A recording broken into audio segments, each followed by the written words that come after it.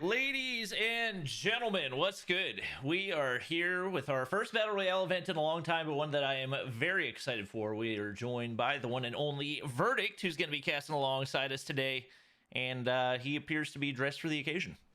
Hey, they said it was a Bobby Worlds tour, so I packed my bags. We're heading to the Caribbeans first off. That's right. So I got my little, Tuca shirt on. I'm ready to rock and roll. I'm ready for the BR action, and I'm just delighted to get the opportunity to cast with you, Bobby.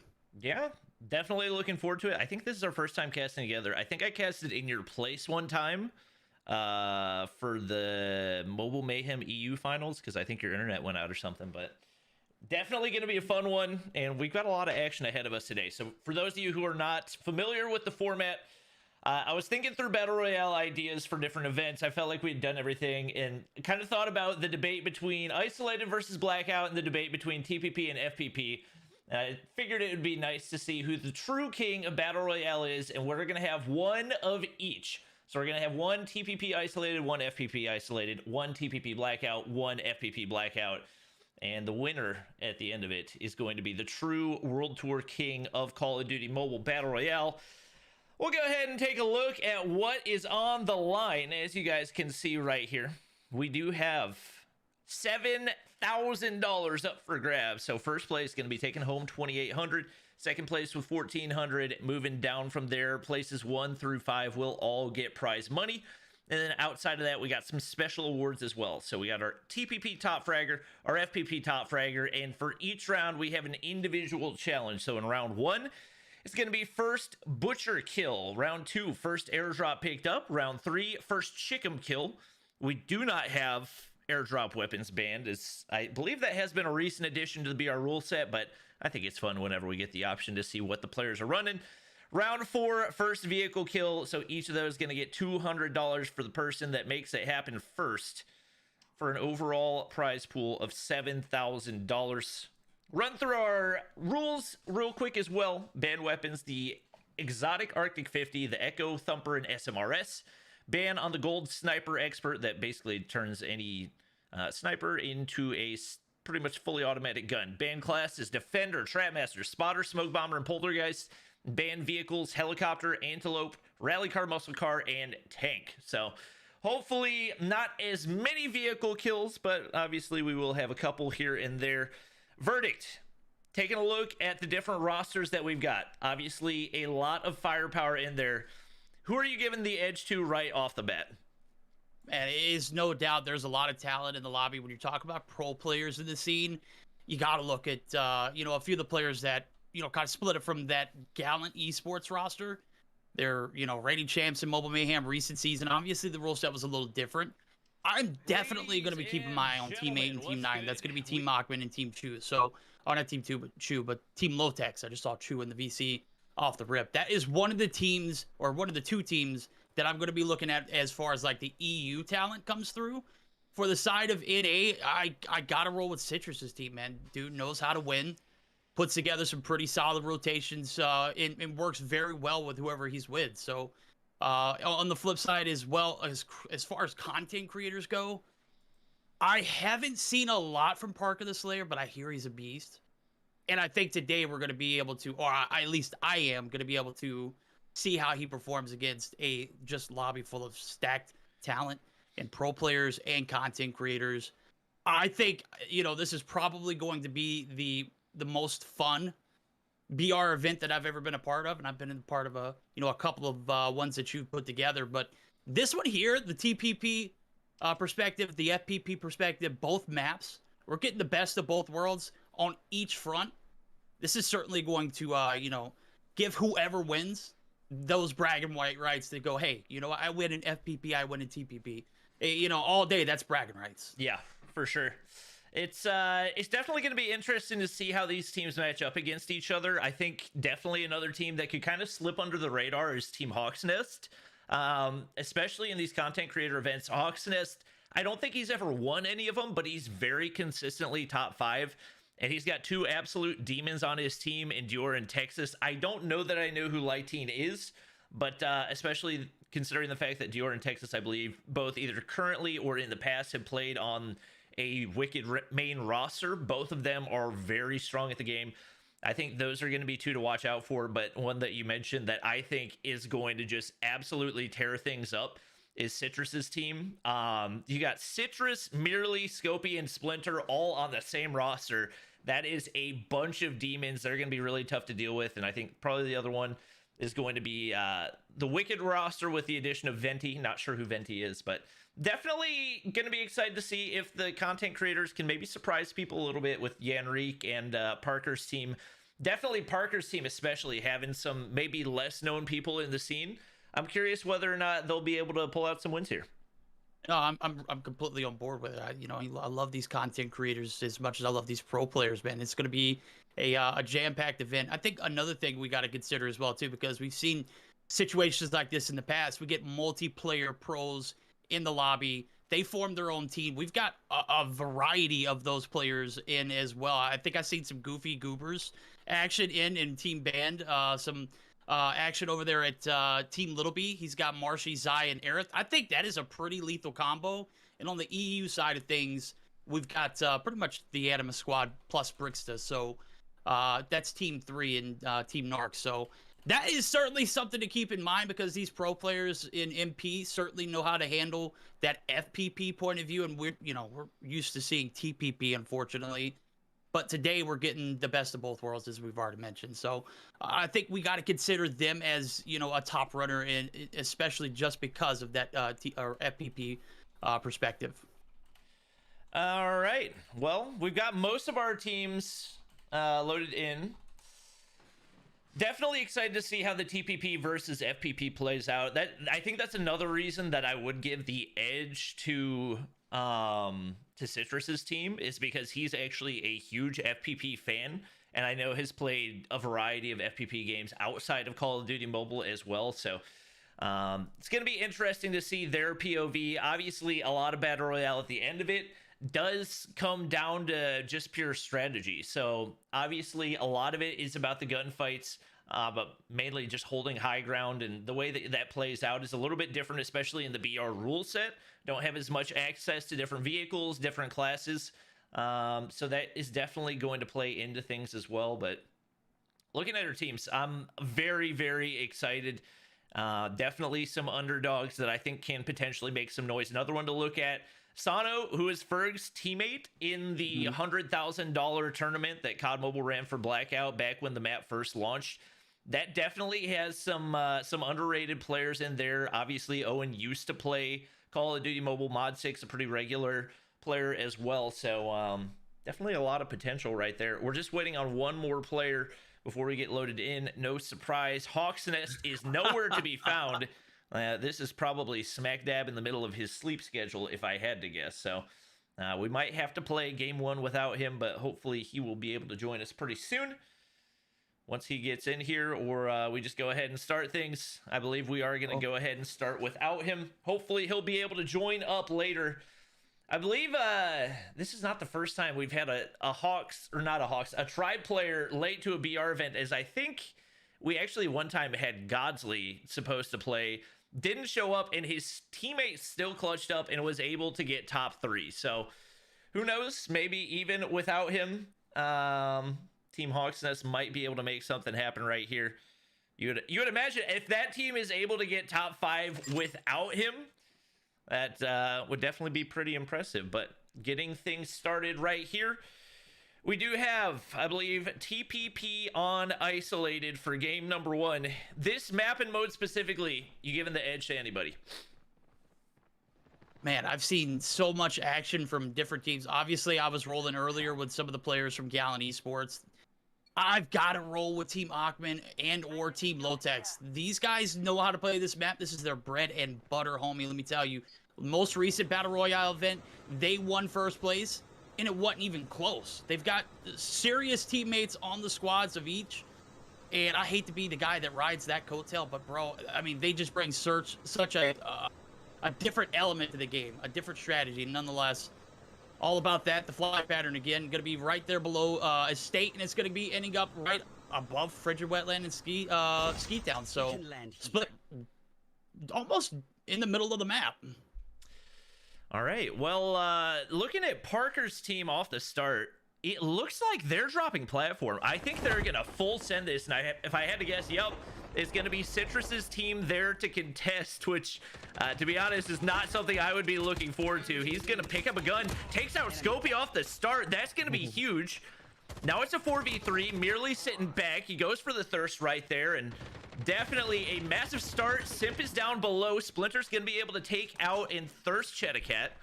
That puts it into a 3v3. They're playing the low ground right now, and I believe they're going to be able to heal up, trying to decide whether or not they want to contest. And obviously players up above. Parker's going to go ahead and hop on down.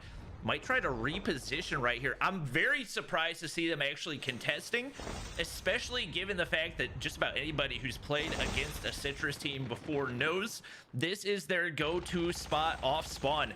And their teammate gonna be able to find Citrus and immediately thirst him right there. That's gonna turn things into a 2v3, and one of the teams that we expected to absolutely dominate in this competition, Citrus, already 2 players out of the equation. No, you're absolutely right. Team Parker coming through with a slamming approach here on this platform. I gotta say, I didn't anticipate a content creator. Again, this is like one of those elements that we consider. We see Citrus, we know how vetted he is in the scene, and certainly not a ideal situation for the squad. He's out, and as well Splinter and Merely, but Merely is shutting it down with the R9. The doof. We saw that in the Warzone meta. Now it's the BR COD Mobile meta as well. So solid kills to trades. It's a 2v2. Splinter is gonna knock right there with the Finnick on Parker. So we've got a 1-player situation here for Team Parker. Yeah, he's going to be able to pick up 1 tag, and I think he's just trying to get out of the situation. Obviously, you got Splinter in hot pursuit. He's playing Ring Around the Rosie right now and wants to get that final kill. Kill point's going to be very, very valuable in this, and right now the move might just be to play things a little bit slow and not risk it. You can see there's 2 tags on that body. He's going to go and he's going to finish the final squad, and that's going to be deadly for Parker's team. Splinter picks up 3, and you got to think more than likely able to get their teammates tags there.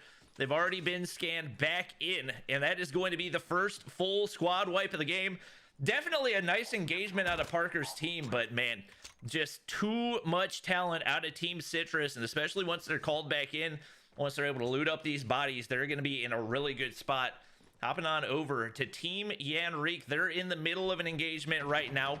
1 player knocked. Kyle and Yanrique still fine and thriving, but they're going to be trying to get this engagement cleaned up, and Kyle's going to get knocked. I believe that's Aerith taking him out right there. Definitely a sketchy spot for them as Little B pushes on in. Yanrique gets dropped as well, and it is not looking good for the content creators, as that is a full squad wipe. Both Team Parker and Team Yanrique wiped off spawn. Yep, that's going to be another one of those multiplayer teams put together. You got Marshy, Zai, Little B, and you got Aerith in the mix. These, they're coming through heavy here in game number 1. Obviously, this is TPP. Certainly a little bit of a hot drop right there. You got legendary items. Obviously, both these teams wanted to get a little bit of a fair share of it. So take a look at the mini map here. I'm trying to see where the next little bit of action. We got a lot of action over in Harbor. I'm trying to see who all is there. It does look like it's going to be Space's team and a plethora of others that are nearby. So I'm trying to get in on that action. As I can see, Yanrique, of course, they just showed up in the kill feed. Why is that still showing up? Nonetheless, the rotation's over. It does look like Space is just going to be out in the middle of the open. Looks like they want to participate in this little bit of action. Tom actually going to take a bullet there. Jasmine is going to get the knock on Lucky. That's the EU Pro teams right here. So the Kilo 141 certainly in the right hands right there. So we'll see how this one pans out now, as it looks like it's starting to get a little bit more fanned out, and maybe a little bit of action over at Black Market as well. Yeah, you can see Susie Glue trying to get away from that interaction, and right now they're just looking to play for placement points. It's going to be Team H over at Black Market. I like the way that they changed the formatting for the team names. A little bit easier to keep track of everybody right here. And you can see Team Achman, Blue Legend here together. They're going to be going up against Team NX. I believe that is one of the Brazilian teams, if I'm not mistaken. As you see, Mihawk, one of the players from Skade over there. They're going to be backed way up, and that's definitely going to be another team to watch. They've always made pretty good amount of noise in these Battle Royale tournaments. Blue Legend sitting back, playing behind the wall right here. The Kilo comes on out. I don't think they're able to get a knock. We do see Soar able to snipe Sky right there, and that's going to be the opener. That lets them apply some more pressure right here. Smoke's down. Trying to get some shots through. Nothing landing for Blue Legend, but it's shots left and right. It's going to be Nagdy taking out Meathawk. Ackman's going to drop right here. They got to be careful. Can't afford to take any other players, but it does look like the full wipe coming in. And right now, it's Team Owen finding Little B. That's going to be a big kill. Mod6 drops and finishes Zai. Marshy's there. And it's absolute third-party city. There's people knocked all around. This is absolute chaos. Mod6 trying to make the play right here, and definitely not the player they thought was going to be carrying them, but Marshy is there. He's going to get his revenge for his teammates, and the sole player remaining. You can never be too confident if there's a Marshy alive and he doesn't take a single bullet. 4 kills to his name, able to get all of those tags, and his teammates are going to get scanned back in. Yeah, Marshy doing Marshy things here, clutching it up for the squad. All 3 of his teammates going to be back. Team Little B going to be back here shortly. As you can see, they're about halfway on that revive flag. The bad thing is there are multiple teams kind of lurking. You still got 1 player from Team F, which I'm trying to see who is. That is Team Sufer, who is Team M. He's kind of outside the vicinity as well. So Marshy's got to do a great job of playing his life. He did a great job of clutching it up for the squad, though. So we'll see how it pans out now as we're taking a look at some more of the action. Sanitarium is about to be a nuclear plant. I know that nuclear plant's literally across the bridge, but look how many teams are just like conglomerating right around this area. And that's actually going to be another squad wipe. I think NX Sabito, is that from that Skade team? Is that the last player who got away? That's tough. Definitely rough getting knocked out that early in the competitions. We already got 4 teams down. 55 people remaining in the lobby. Maybe a couple getting called back on revive flights, especially for Team Marshy. You got Team Space trying to make a push on in right here, but they get some return fire out of the SVD. Jasmine gonna get dropped pretty early. Tom, very, very weak right here, and they're in a rough spot as they're getting zone held outside. You got the ninja class to help you get that push on up. It's Team Danielle that they got to deal with. Janny gonna drop, I believe, knocked by zone right there, and Team Space gonna be completely wiped right there. It's gonna be Danny L Gaming and his team, 6 kills to their name, trying to stack up some more points. They're looking very solid right now as well, and obviously people continuing to rotate on in. It does look like we're starting to get some gunfights over at Nuclear. Yeah, but we were talking about nuclear earlier. Well, the nuclear plant is where all the action is going to be at, as we're going to see it. Taking a look and see who that is. Definitely going to be Ackman's team. These players are certainly playing a little more passive than the rest. They are not really looking for the engagements, but if they can find the smoke, they're going to take it on. And you can see the bottom side of this hill is where one team might meet their demise. And are they in the water, homie? They are. Is that what's going? Are they? Look, Michael Phelps in it. Really? Is that what's happening? Come on, you guys got this. Resume, Venti. I think that Venti, who was Venti before he got swapped in? I couldn't remember who was originally registered. Resume, you get knocked there, homie, you are insta-dead.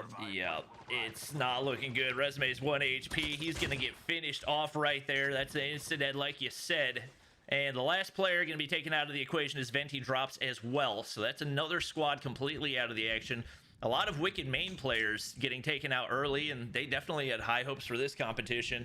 They're going to need to pick things up in the later rounds. Once again, taking a look at our map, it's actually looking like Overgrown might start to get a little bit spicy right here. As we got Team C, one of the few EU teams in this competition, is Narcs and Squad trying to make a push on in, and more than likely going to have an engagement here soon.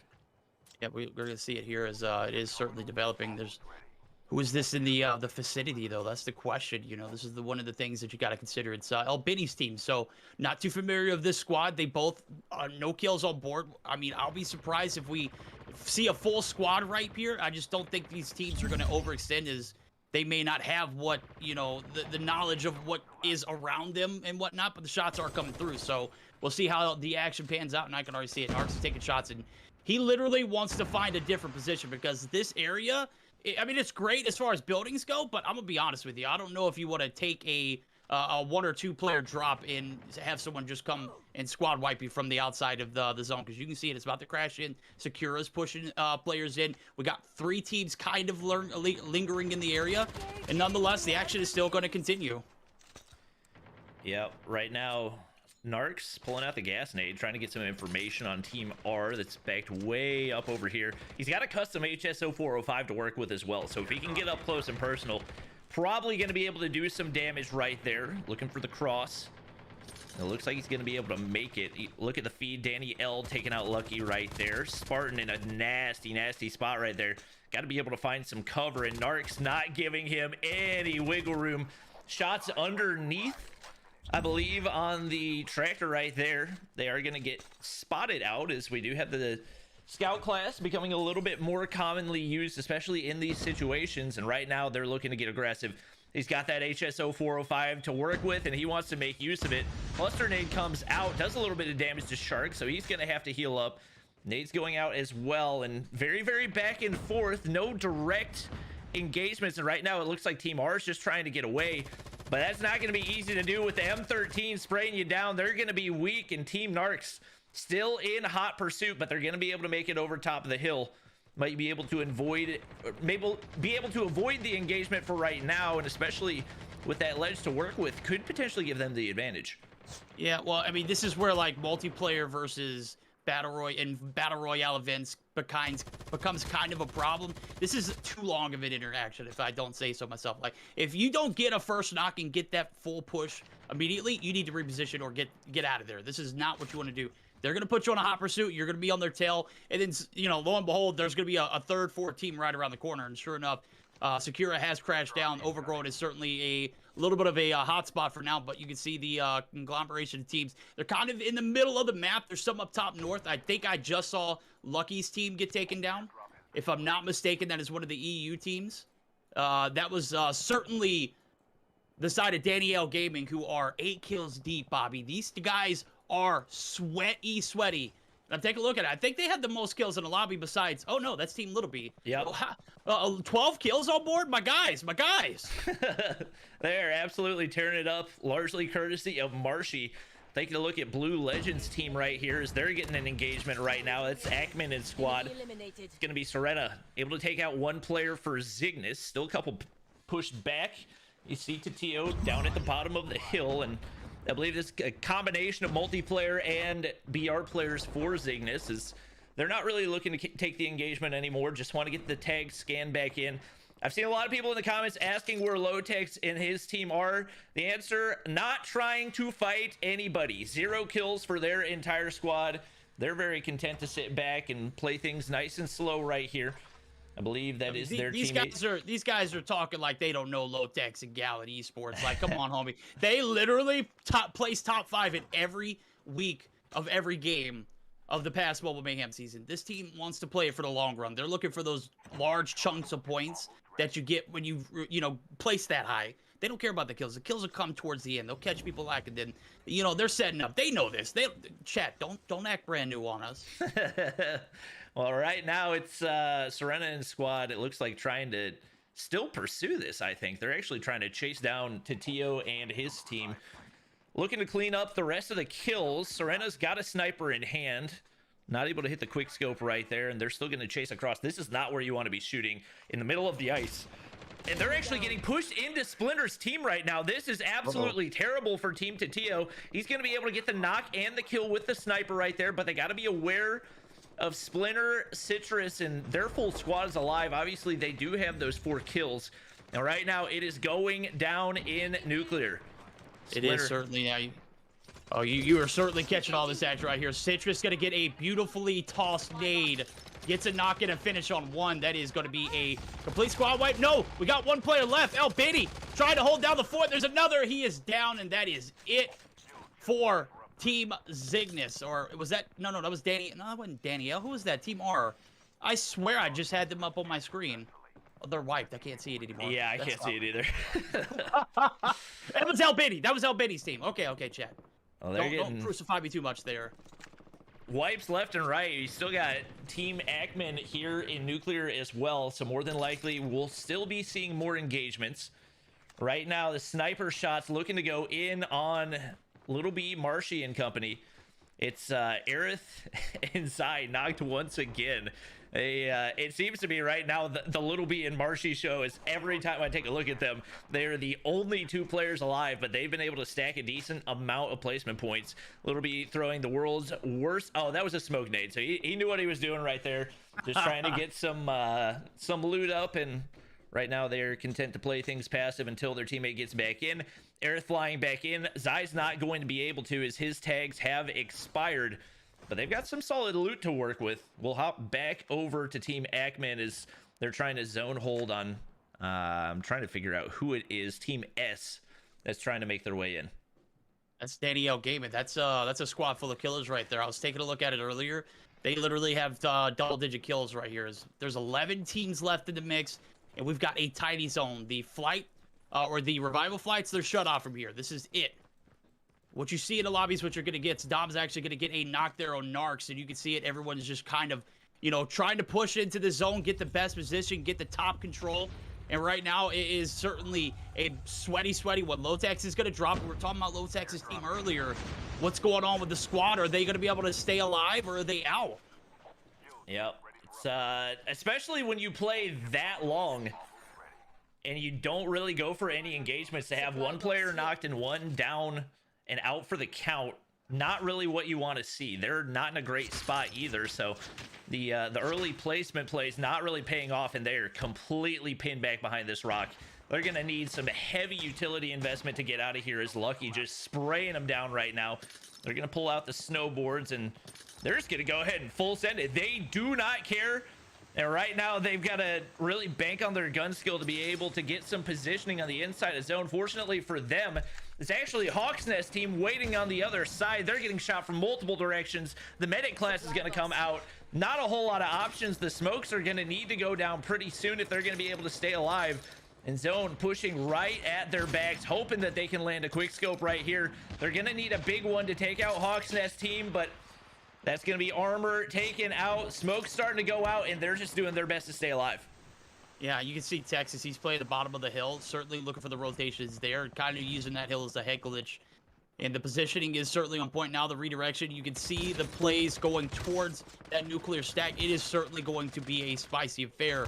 And they are just trying to get away with their life here. Lotex is going to get a knock, so he was able to fully recover. Another note, Team Animus, aka Team Narcs, they are out. Taking a look at it as well. Wicked's team is out. Resume and squad.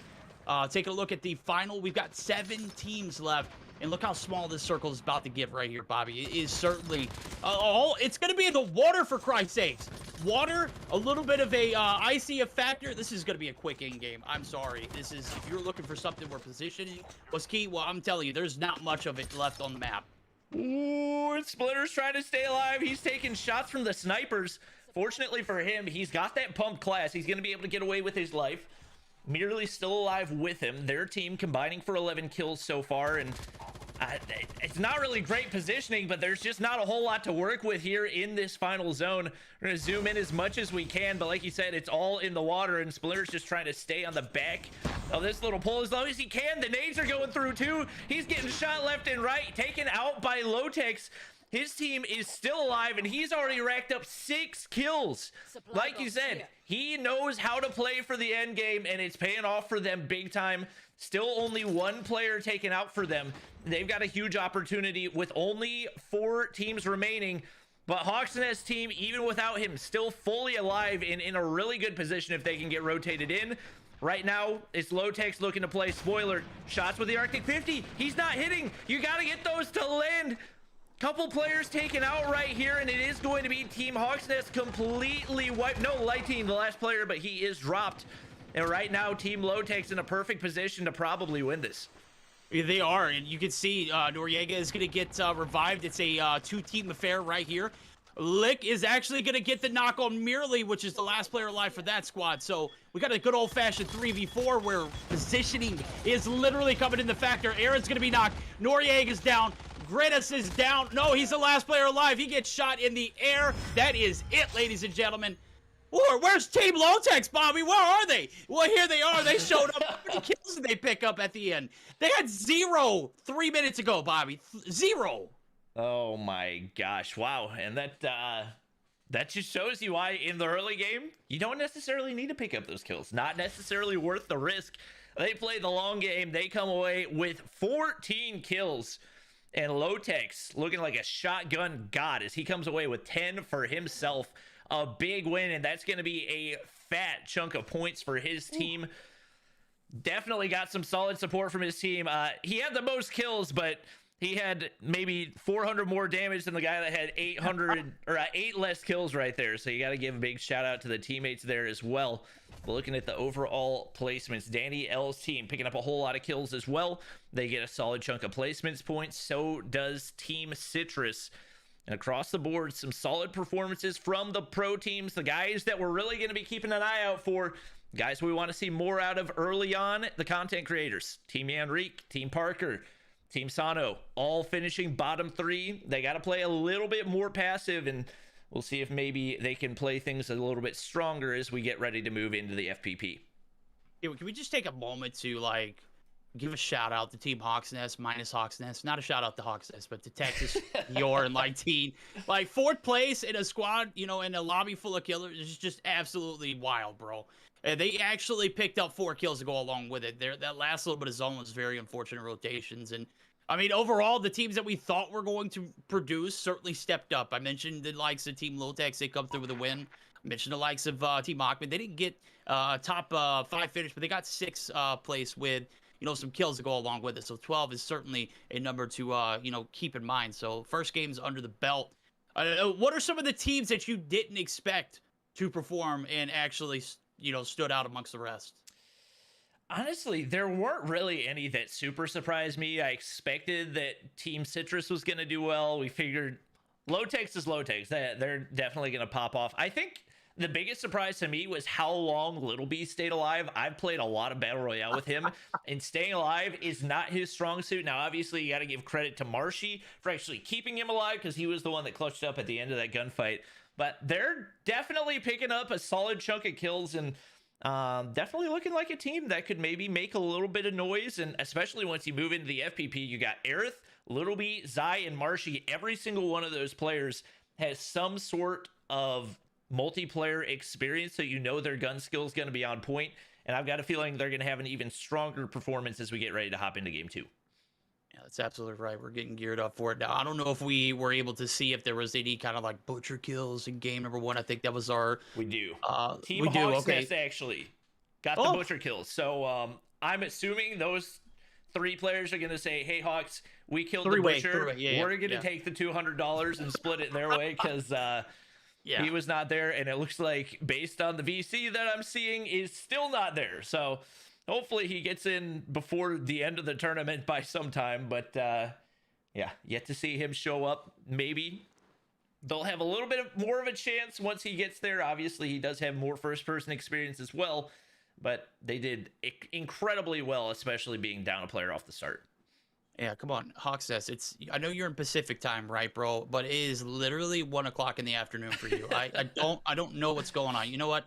We're just going to let it be. Your team definitely showed up and showed out. And, you know, game 2 abound. Some of the hidden rewards or some of the, you know, special awards that we got going out round 2 is going to be the first airdrop pickup. That's going to earn your team a fat $200 payday. And if your team Hawks Nest, maybe, you know, playing for that in game puts you in a top 5 position maybe towards the end. But I would be very, very keen on trying to get some of these special awards in as soon as possible. Be it as it may, like 4 kills and what was that, a 4th place? I don't know if that's going to cut it when you got teams like Danielle dropping 18 and picking up 2nd place, and they were frying the entire lobby. Yeah, I think that was probably the team that surprised me the most. Now that being said, True. I don't really know anybody on that team, so it might be that he's playing with like 3 absolute gods. But coming into this, that's not a team that I really knew a whole lot about, and definitely surprised me pretty pleasantly right there. So we'll see if they can keep that going as we head into round number 2. Like you mentioned, it is going to be first airdrop that ends up getting that $200 bonus. We're definitely going to have to keep an eye on the feed to see when those drops are coming in, because more than likely there's going to be a whole lot of chaos around that first airdrop. And definitely going to be some carnage in pursuit of that. So we're waiting on scores to get tallied. I think we do have most of our players ready to go. So I think we should have info on when the next matchup is starting. I think we actually did have potentially somebody subbing in. No, I looked at that wrong. We do still have only 3 players for Hawks Nest team. You know, Hawks.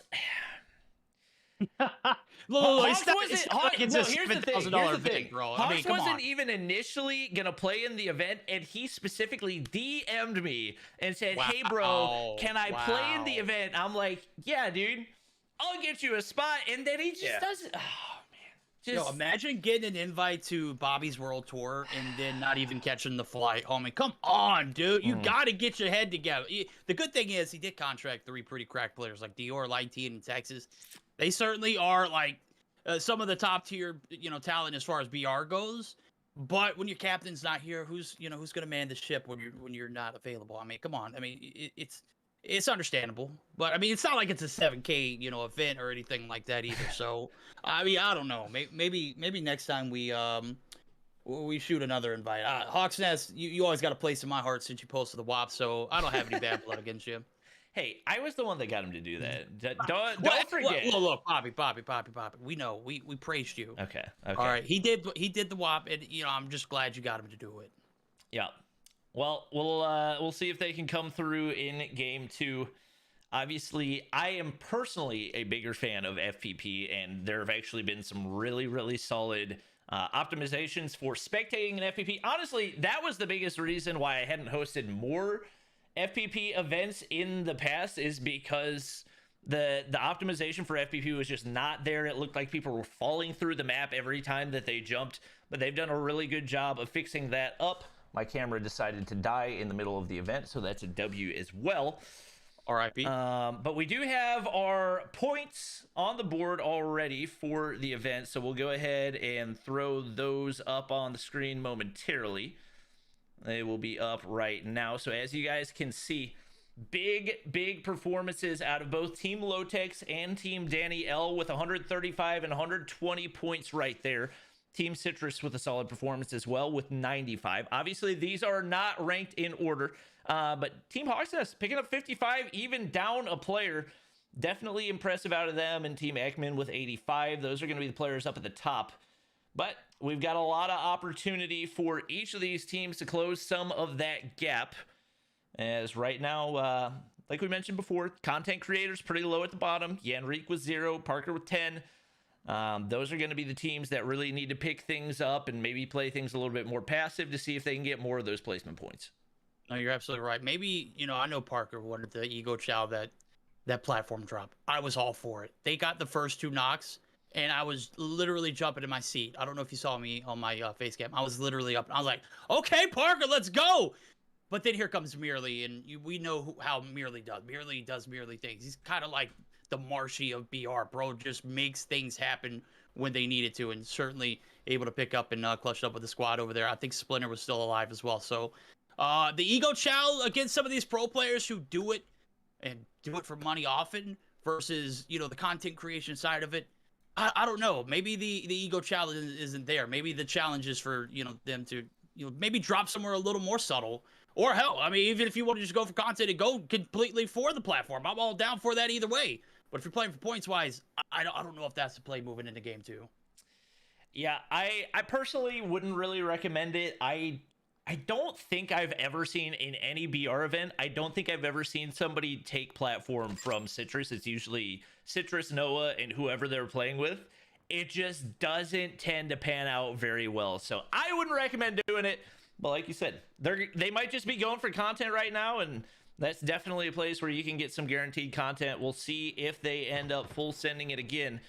But we got all of our players loaded in, and it is going to be TPP. I misspoke. It's going to be TPP on Blackout to get us started right here. So we got everybody loaded in here, and we'll get all of our spectator clients squared away, and we should be good to go momentarily. Oh, yep, only 10 seconds now. I try not to look at the mini-map or open it up in the pregame lobby. What I've noticed with the spectator client is if you hit that mini-map, you're not going to be able to see any kind of legendary loot items after the flight pattern starts. So Perfect little flight pattern here now as we're going to be starting on the south side of Lighthouse and Cargo Docks. It's actually going to end up just north of Hydro Dam. So, I mean, I've played Blackout a few times, and I'll tell you, it is literally, you can drop anywhere with any flight pattern on this map in particular. I don't know what it is. It just is so easy to glide. And I don't think we have a platform. Is platform a thing still in Blackout, or is that removed completely? Nonetheless, but legendary loot, Ghost Town, Nuketown, train station, and estate so far. So already a few teams dropping. I mean, hot drops are certainly Rivertown, right? Regardless of loot tier. Yeah, that's my personal favorite spot to drop. I would anticipate probably not a ton of players going there. I know firing range is always one that is super contested. You can see the teams spreading out. We actually early on get a couple teams going to factory. We got it looks like only one at Rivertown right now, so that's gonna be a lot of loot for them. And what is this I'm seeing? 3 teams going to estates right now. Looks like they're gonna be forced to kind of spread off, and for the most part teams spread out, but the only ones where we're gonna have the engagements is down at factory. So we'll hop on down to team J, which is going to be team Mihawk. Mihawk, yeah, we saw they had a pretty good run last game. Can they make this run happen here? It does look like a lot of teams in there, and as well as on the outskirts of Fracking Tower. Where is this right here? Is that Turbine? Nonetheless, the first blood is going to come through, and that is certainly going to be Sky getting lucky in Karma. That is a big 2-piece off the rip. Yep, that's going to be huge. You can see Susie Glue backed way up and just trying to play her life right now. She's going to be able to lay down some shots, but oh my gosh, the shots out of Mihawk. They're clean right there. That's going to be the shutdown to clear out the full squad. Wait, not the full squad? Not the full squad? A question mark? Is there one still alive? Is Kamikaze the teammate that's alive right there? I'm trying to look. Yeah, it is Kamikaze. So he's hopped in a vehicle. He said, I am out. I did not want any part in this.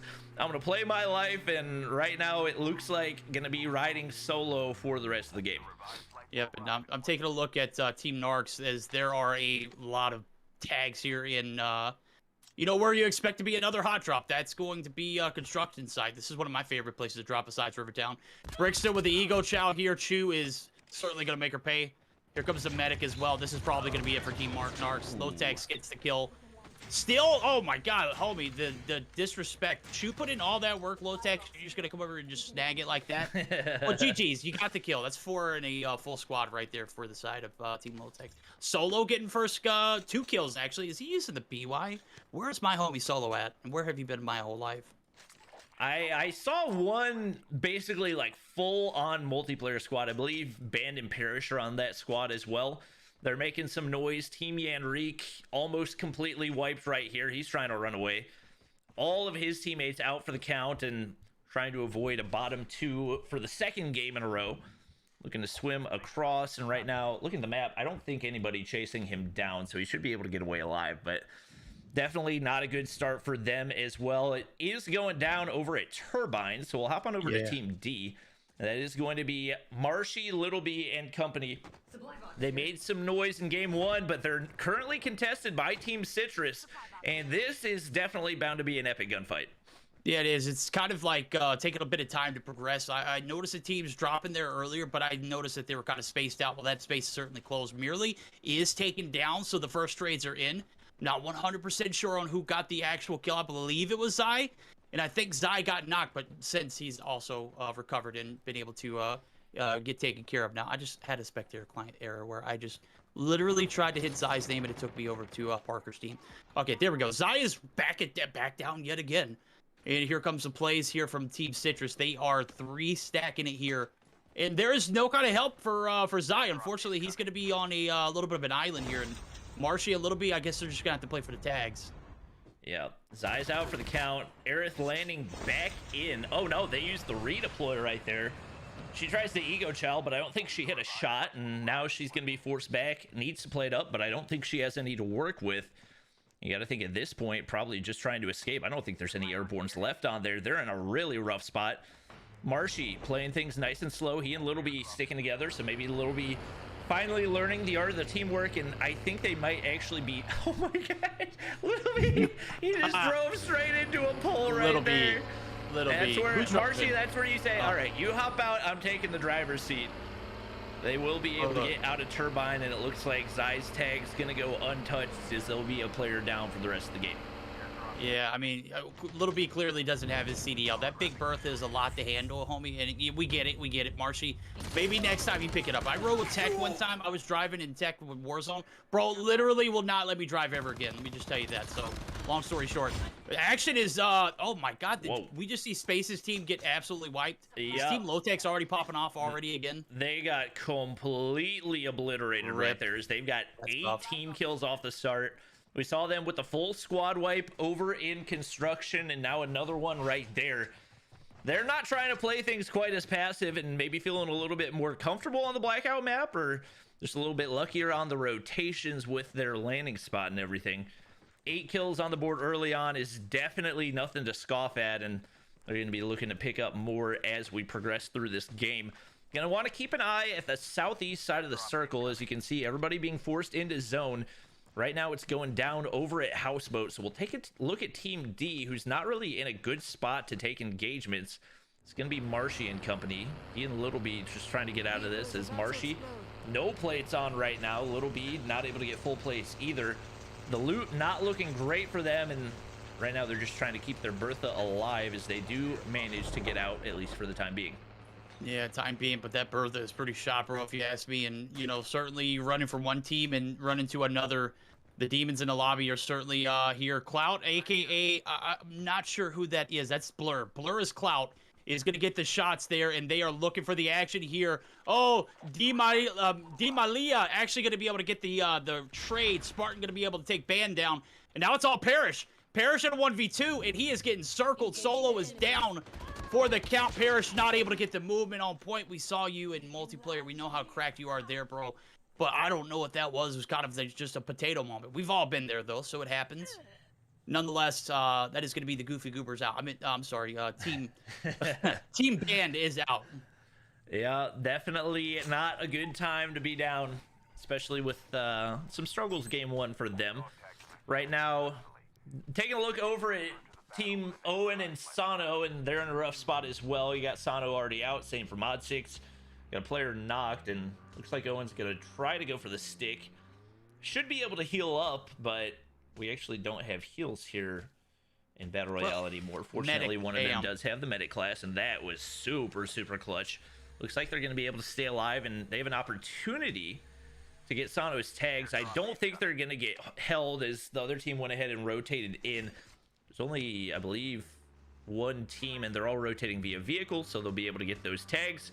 But definitely a rough spot to be, is right now not a whole lot to work with for them.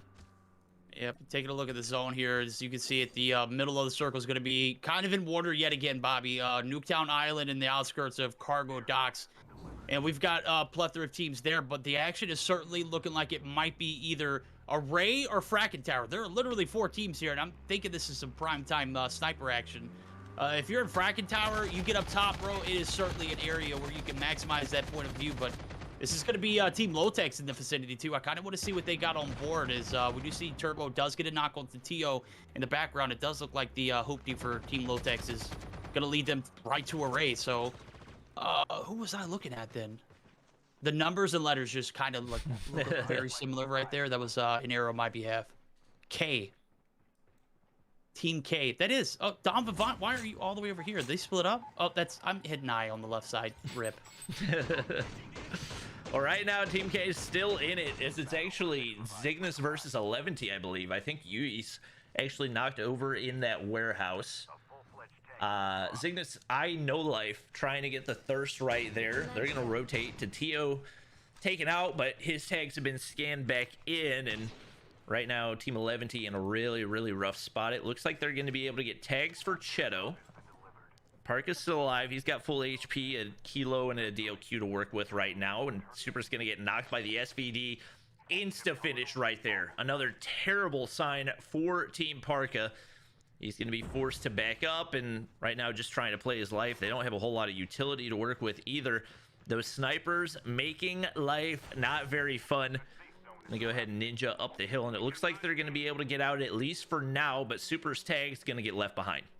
Yeah, certainly is. Man, that SVD, let me tell you, that thing is so OP, bro. I mean, it is banned in competitive play for MP. BR, it is free to roll, but it's certainly making its presence here as we did see Fabian pick up that first kill for that Ziggy squad. So take a look at the map here. I do see some action going on. It looks like Array is a focal point, maybe a little bit of an outskirt. There are certainly some teams fighting in Nuketown. We're kind of spread out. There's literally nobody in the dead center of the map except for one player who's making his way, and that might be just like from the revive flight, right? So Yep. certainly going to be one of those games where, again, we're going to be in an area out in the wide open, possibly, if it doesn't go through to cargo docks, the zone shift. I'm gonna be honest with you, this is a toss-up on this rotation. Right now, Team Lotex is in hot pursuit of, I believe, Mihawk's team, who's currently trying to run away. Sky, it looks like, has gotten out. They've already picked up 9 kills, as they're going to be able to get some loot right here, and pretty much owning the map right now. Nobody has been close to contesting them, and you look at the feed across the board for the most part, nobody really close to them in kills either. Taking a look at the map, they're going to go ahead and run their way on into zone. And we have had our first airdrop picked up, as it actually is Resume's team that was able to get that. Didn't quite manage to catch the action, but I'm sure it was hectic to say the least.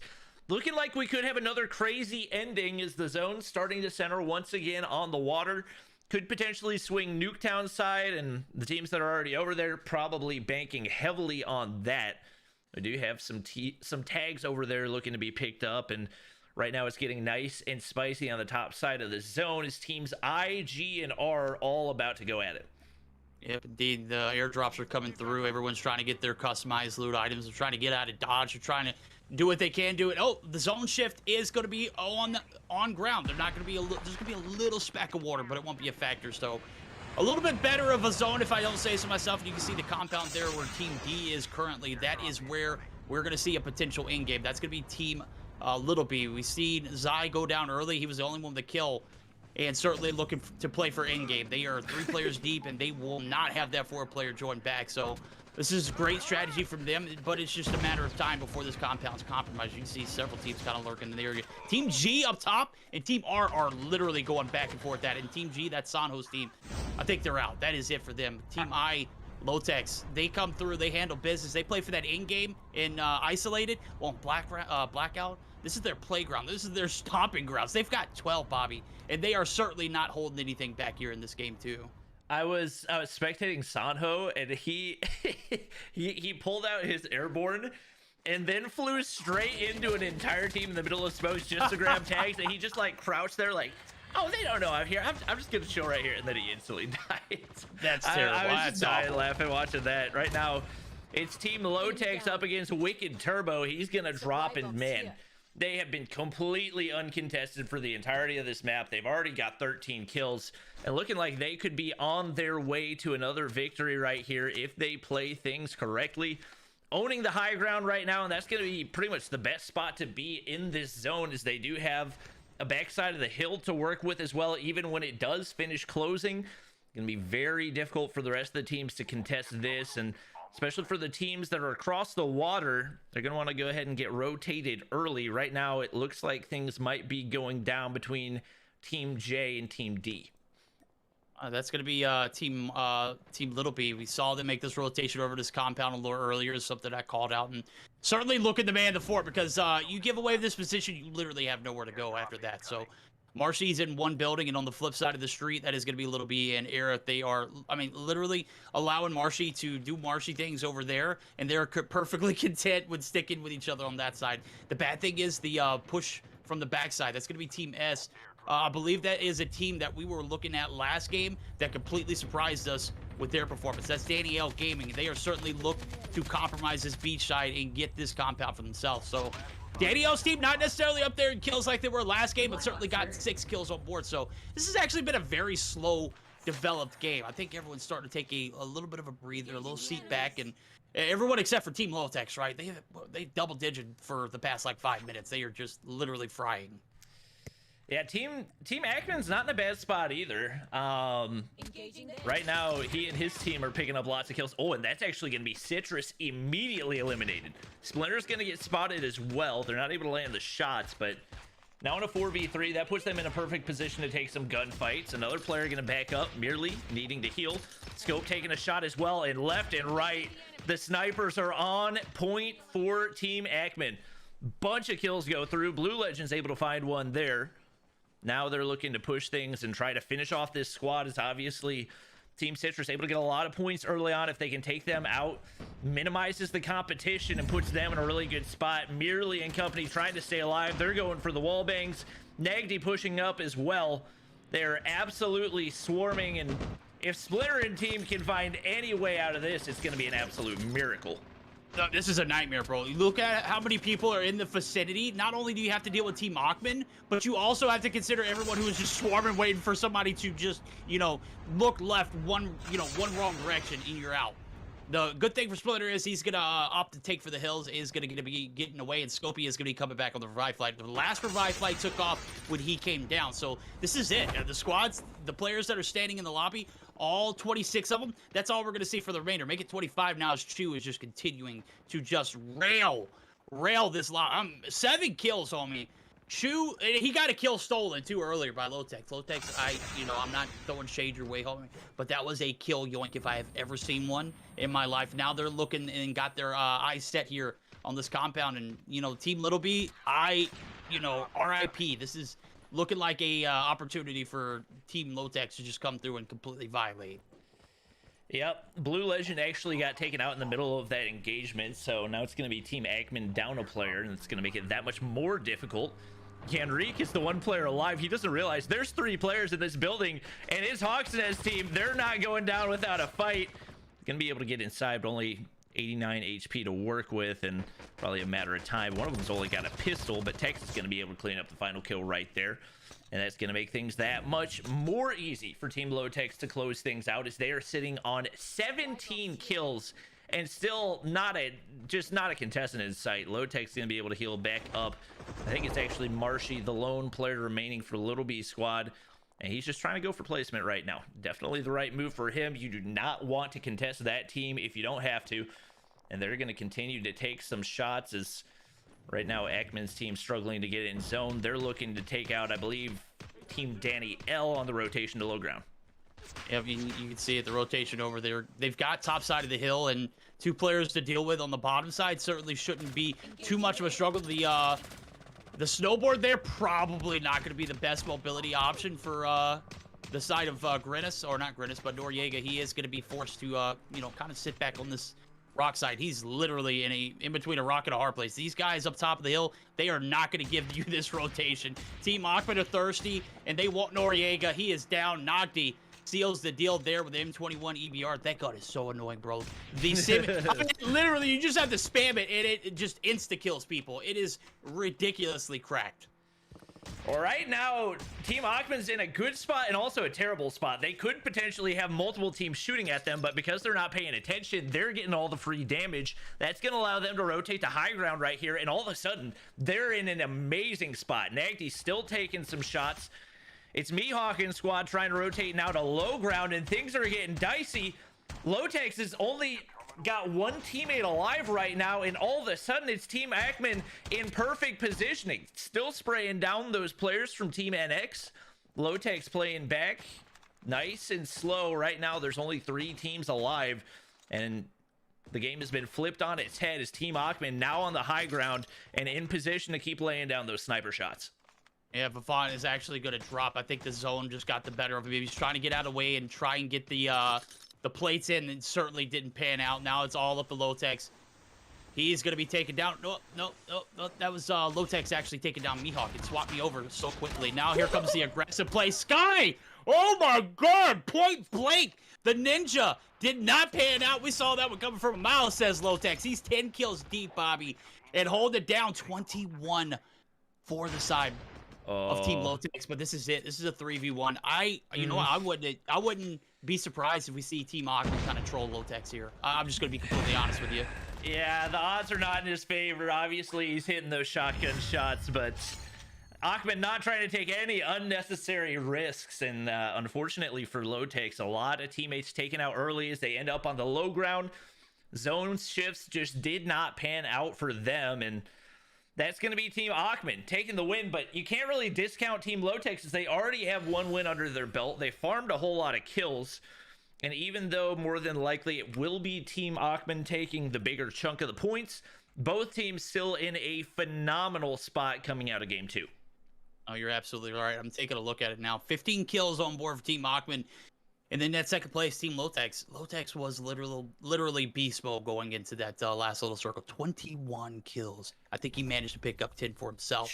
Certainly got put in a little bit of a dicey situation towards the end. Team Achman come through with 3 strong. Numbers prevail. 11 kills on board for our third place team. That's going to be Team Mihawk. They come through with, some solid rotations and 11 kills under their belt, too. Fourth. Two kills on board for Resume's team. And then 5th place, I gotta say, minus Hawk's Nest team is putting up top 5 contention, and those numbers certainly are going to count in the long run. So they're going to pick up 4 kills again this time around. And then the team that we saw, dominate as far as like the multiplayer side of things go in Team Little B, they kind of fell shy of that mark of double digits that they hit last game, but certainly pick up a 6th place with 2 kills to go along with it. It was kind of just a rough situation, right? We see, any team that kind of lands where Citrus is at, that team just seems to, always get the better of that situation. Ultimately, they didn't get the better as far as positioning goes. As you can see, they ended up with an 8th place with only 2 kills themselves. So certainly one of the longer games in Blackout, and it is slowly developed. But once the action started rolling, bro, it was just nonstop on the side of that hill.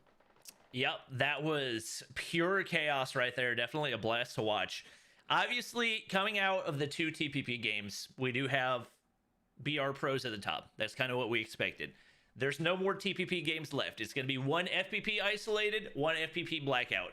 Do you think we're going to see any type of a shift in the way that the points are shaping up? Is obviously we do have those teams that are a little more multiplayer heavy, a little more used to the FPP action. Do you think they're going to find a way to climb up in the standings? Or do you feel like the BR instincts are going to be what ends up coming out on top, and we still see Team Lotex, Team Achman, those guys still continuing to dominate the competition? I think you make a very valid point. That second option for the BR players, that insync is certainly going to be a massive factor. Obviously, you're in a first-person point of view. The multiplayer players are certainly going to have an advantage as far as, 1v1 gunfights. We're in quads, homie. That's going to only, take you so far. You win those 1 gunfights here and there, certainly going to pick up more kills. So I'm expecting the kill shifting to go in a little bit more in equal distribution, but I'm still anticipating these BR pros to, find themselves in in-game situations where they can still pick up, 10 plus kills and also a 1st through 3rd place. And in particular, the teams that have been very consistent so far, Team Lotex and Team Achman. So this is going to be a true test of, what they're made of. Obviously, we've been, you have been in particular just pushing for FPP. I wish that TPP was never a thing, but here we are getting the most of both worlds here in competitive, and I'm digging the vibes. It has certainly been an eventful one so far, and Bobby's World Tour is a 100 so far.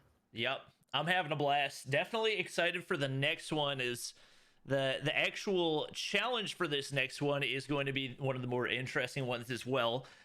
Round 2, we did have first airdrop, and first airdrop went to Resume's team, but round 3, first chicken kill gets $200. I'm curious to see what teams actually weigh the pros and cons. I would anticipate the people that end up going for this probably going to be ones not necessarily in the running for any of those top 5 spots, because you don't have a whole lot to lose. Make a chicken build, see if you can get it.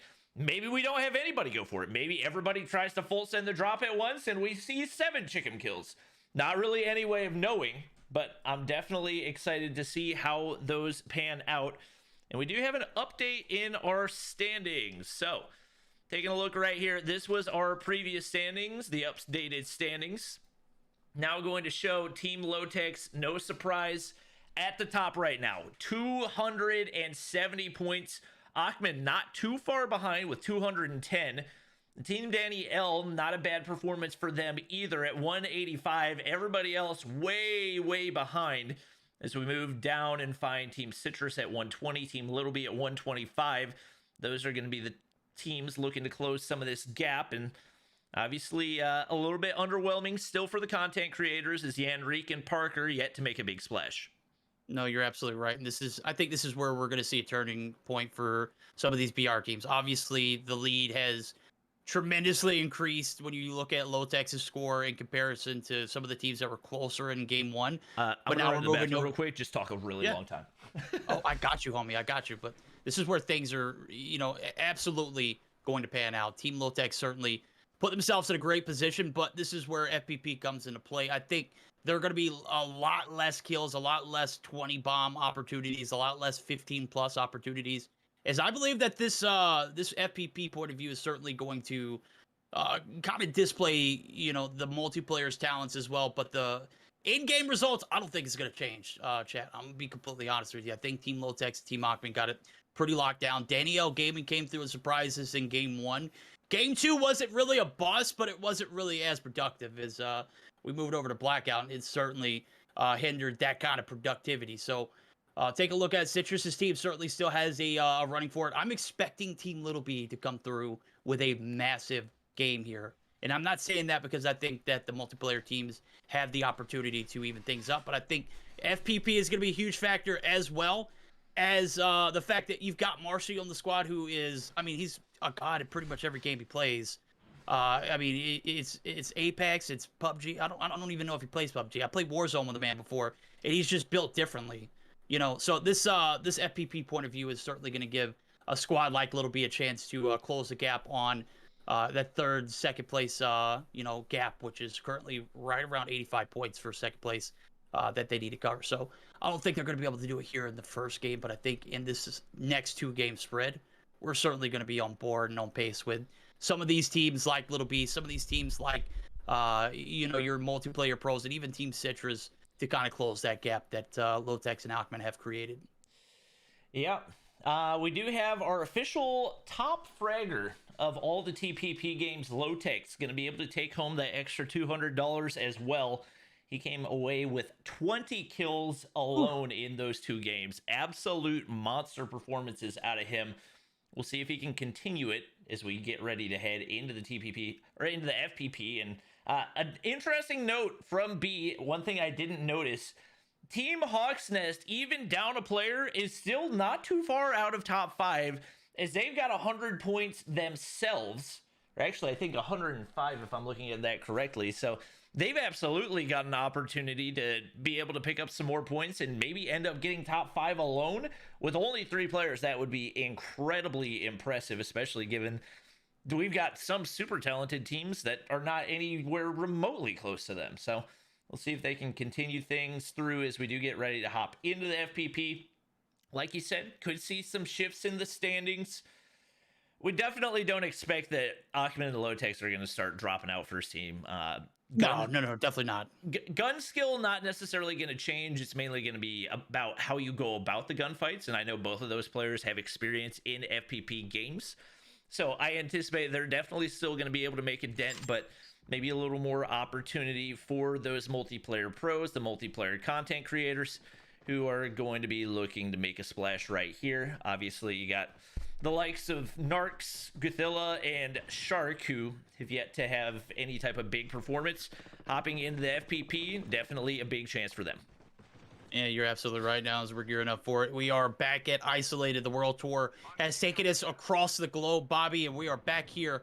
It looks like I'm spawning right in the sunny side, or not the sunny side, but the snowy side of the nuclear plant. So 20 seconds before we jump into it, and I was having a chat with Chad, and I was like, guys, I really feel as though that Team Little B have a lot of opportunity to close the gap here, because you got 4 heavily talented pro multiplayers on that squad alone. I think the sniping is going to be a huge factor. I think the positioning is probably going to be their downfall. But if they can manage to put together a solid strat, I would not be surprised to see them close that gap game by game going into that game 4 and putting themselves in a position to maybe take a third or second place. Yeah, absolutely. I know it's definitely going to be a big change of pace here as we get ready to hop into the FPP on Isolated. Right now, we see the teams hopping off the plane for the first time, expecting them to spread out. We do have a platform, so more than likely we will see Team Citrus there. May potentially have a contest. I wouldn't expect to see that, but We saw Team Parker do it game 1. Might see it here game 2 as well, and teams spreading on out. We will go ahead and take a look at, I believe it's actually, could we have a contest right here? I thought we might have a contest out of Ackman and crew, but they're going to go ahead and go to Black Market right now. So it will be Team Citrus actually not going platform. Very, very interesting. So they're going to switch things up right here and try something different. All right, you can see it, man. Look at this. And that didn't pay off at all. Oh my gosh, there's 4 teams here. Oh wow, that backfired big time. They're gonna have to get a whole lot of kills to get out of this. Yeah, I mean that's definitely be the ideal situation. But look at all the players. There's nobody south of Crash. Everyone decided to go north. Was there like a message in group chat that we missed? I mean, come on now. Who orchestrated this kind of scenario, right? 5 teams up north in Dormitory, 3-4 over here in Overgrown. Good night. They want those snowboards. I think that's what they're playing for. Yeah, we got one player already taken out for Team Yanrique, which once again, not a good sign for them. They've struggled to get good placement. Oh, Merely's going to get knocked off start. We expected that there were going to be a lot of engagements over on that drop, as we saw 3, maybe 4 teams over there. The SKS in hand going to be able to do some big damage, and now they're going to be in a spot where they got to decide whether or not it's worth it to go for the tags. And right now, trying to run away, but they've got teams to the northeast, they've got teams to the west, they got teams to the south. Not a whole lot of options, and probably going to have eyes on those tags as well. Going to be risky if they want to go for them, and right now they're just going to loot up for a little bit and maybe later go for the engagements. They're going to look at the map once again. Yeah, I got to let you know, a major action here. We're talking about not seeing Team Lotex drop completely off the face of the earth. They're down to 1 player, Bobby. Chu is the only player alive, and Danny L. Gaming's team, they came to play. FPP is certainly looking pretty solid for them. But with that being said, 3 tags still up to grab for Danny to clutch up. They find 3 kills, and not a single one for the side of Team Lotex. This is, you know, the challenges we see in FPP versus TPP. They are already starting to come through for some of these BR players who are already used to seeing that third point perspective.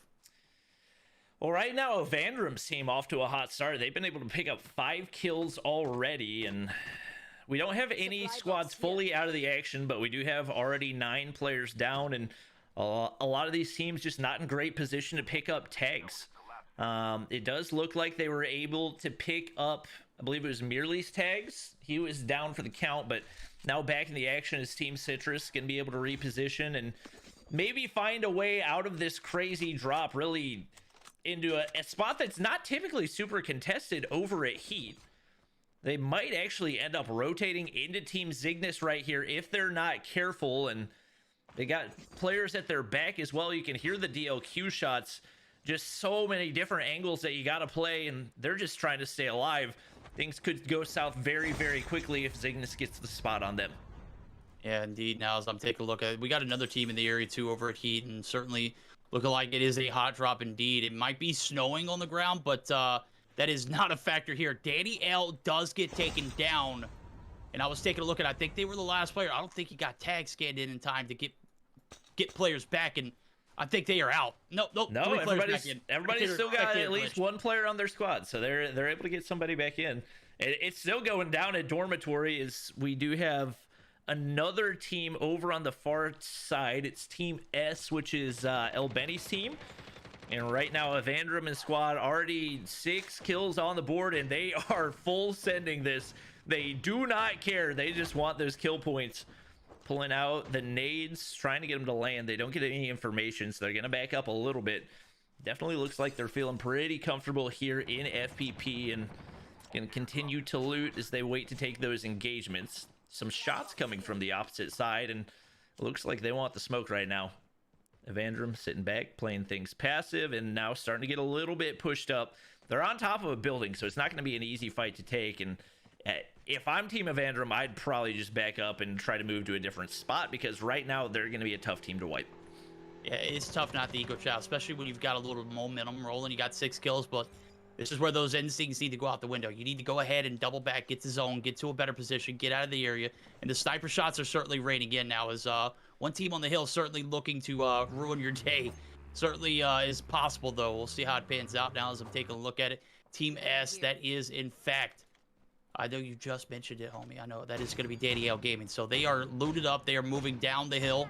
And it is certainly looking to be a bit spicy. So it has been a solid game so far. But as Bobby mentioned, we haven't had any teams drop. So FPP certainly coming through and keeping things a little close, making things a little interesting now as we're rolling into it. And I don't know if Danny's tags are going to be recoverable. I'm not sure where it's at. Of course, you know, the spectator client doesn't update almost instantly whenever situations like that happen. As a matter of fact, I didn't even see Danielle get those 3 tags and scan them in. It just literally showed that they were expiring. But nonetheless, their squad is back. So take a look at it. Who else is top fragging in the lobby? We got a lot of action from Team Evandra, but who else is putting up not a lot of kills on board for a lot of these teams?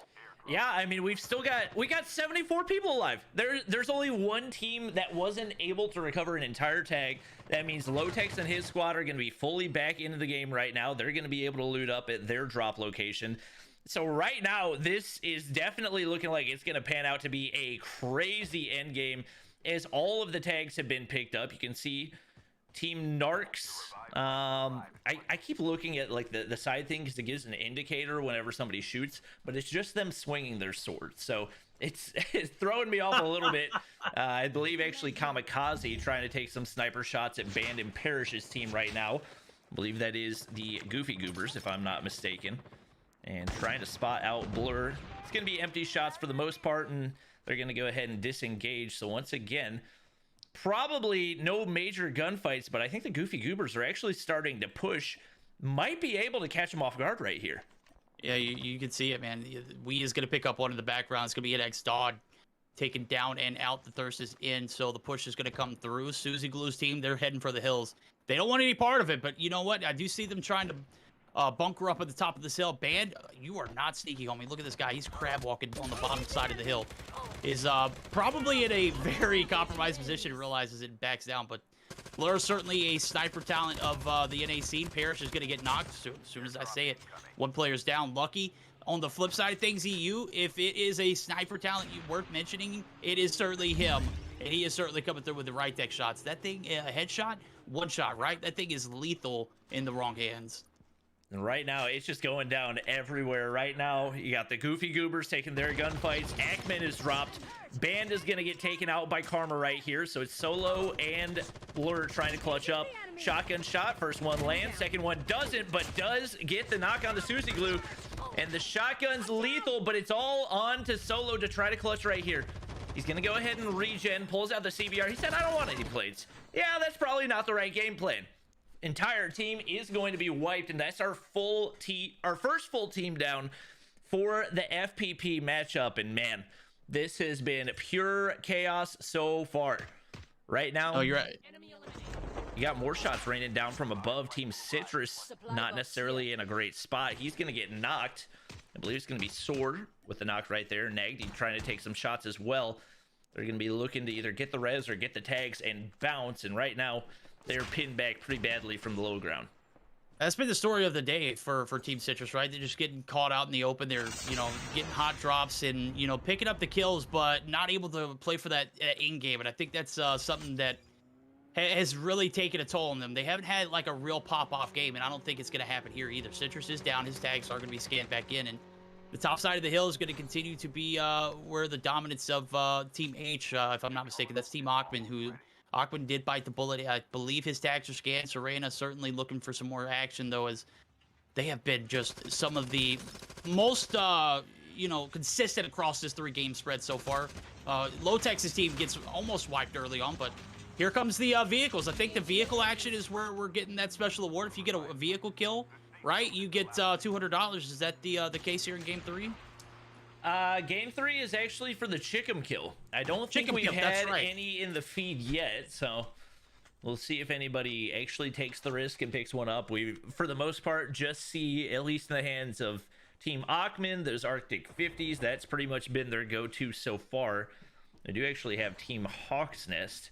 I'm just going to call them Team Texas. I'm not going to call them Team Hawk's Nest anymore because he hasn't been here the entire day. They're taking some shots, going to be forced to back up. Right now, it's still a pistol in hand, and as I speak, Light Team actually going to be able to take out Little B right there, so that's free points for them. I believe Texas already scanned back in as well. So if we take a look at Little B's team, was he the last person alive? No. No surprise. Marshy's still alive. Aerith's with him. And what was no Little B surprise that doing? Little B was just not anywhere near the team. Yeah. That's typical Little B actions, right? Nowhere near the squad. I mean, no harm, no foul, though. I think the tags are going to be collected here. Marshy's going to get one scanned in. That is going to be Zeiss, though. So Little B's obviously a little closer into nuclear, as we are going to see the action come through in this zone. I mean, obviously, teams got memos that we didn't get because everyone landed up north, and look at this zone. It is literally all in frigid wetland, outpost, sanitarium, all of these points of interest. Certainly going to be where the action's at, and nuclear plant is going to be just, I mean, overpopulated here in a moment. Look, how are they going to trim that population, though? Who's going to come out on top? This one is certainly looking like 5-6 different teams trying to make the rotation to the zone and make it across safely. And it's going to be going down right now. You got Team Achman going up against Team Citrus. That's a big shot from Soar. The Arctic shot's going to land and force them to go ahead and play up. Right now, just running their way into zone. And they really don't want any part of this gunfight. Justifiably so. Risky spot to be taking anything, especially against this level of competition. Lotex and his team, no surprise, all alive. All three of those dead players were able to get scanned back in, so things looking good for them, and definitely a lot more comfortable than they are right now for Achman. Nagdy's going to take a whole lot of shots right there. He actually runs outside of zone. Soar's going to get taken out by Merely, and right now it's Team Citrus capitalizing on their position, and they're looking to push the gunfights.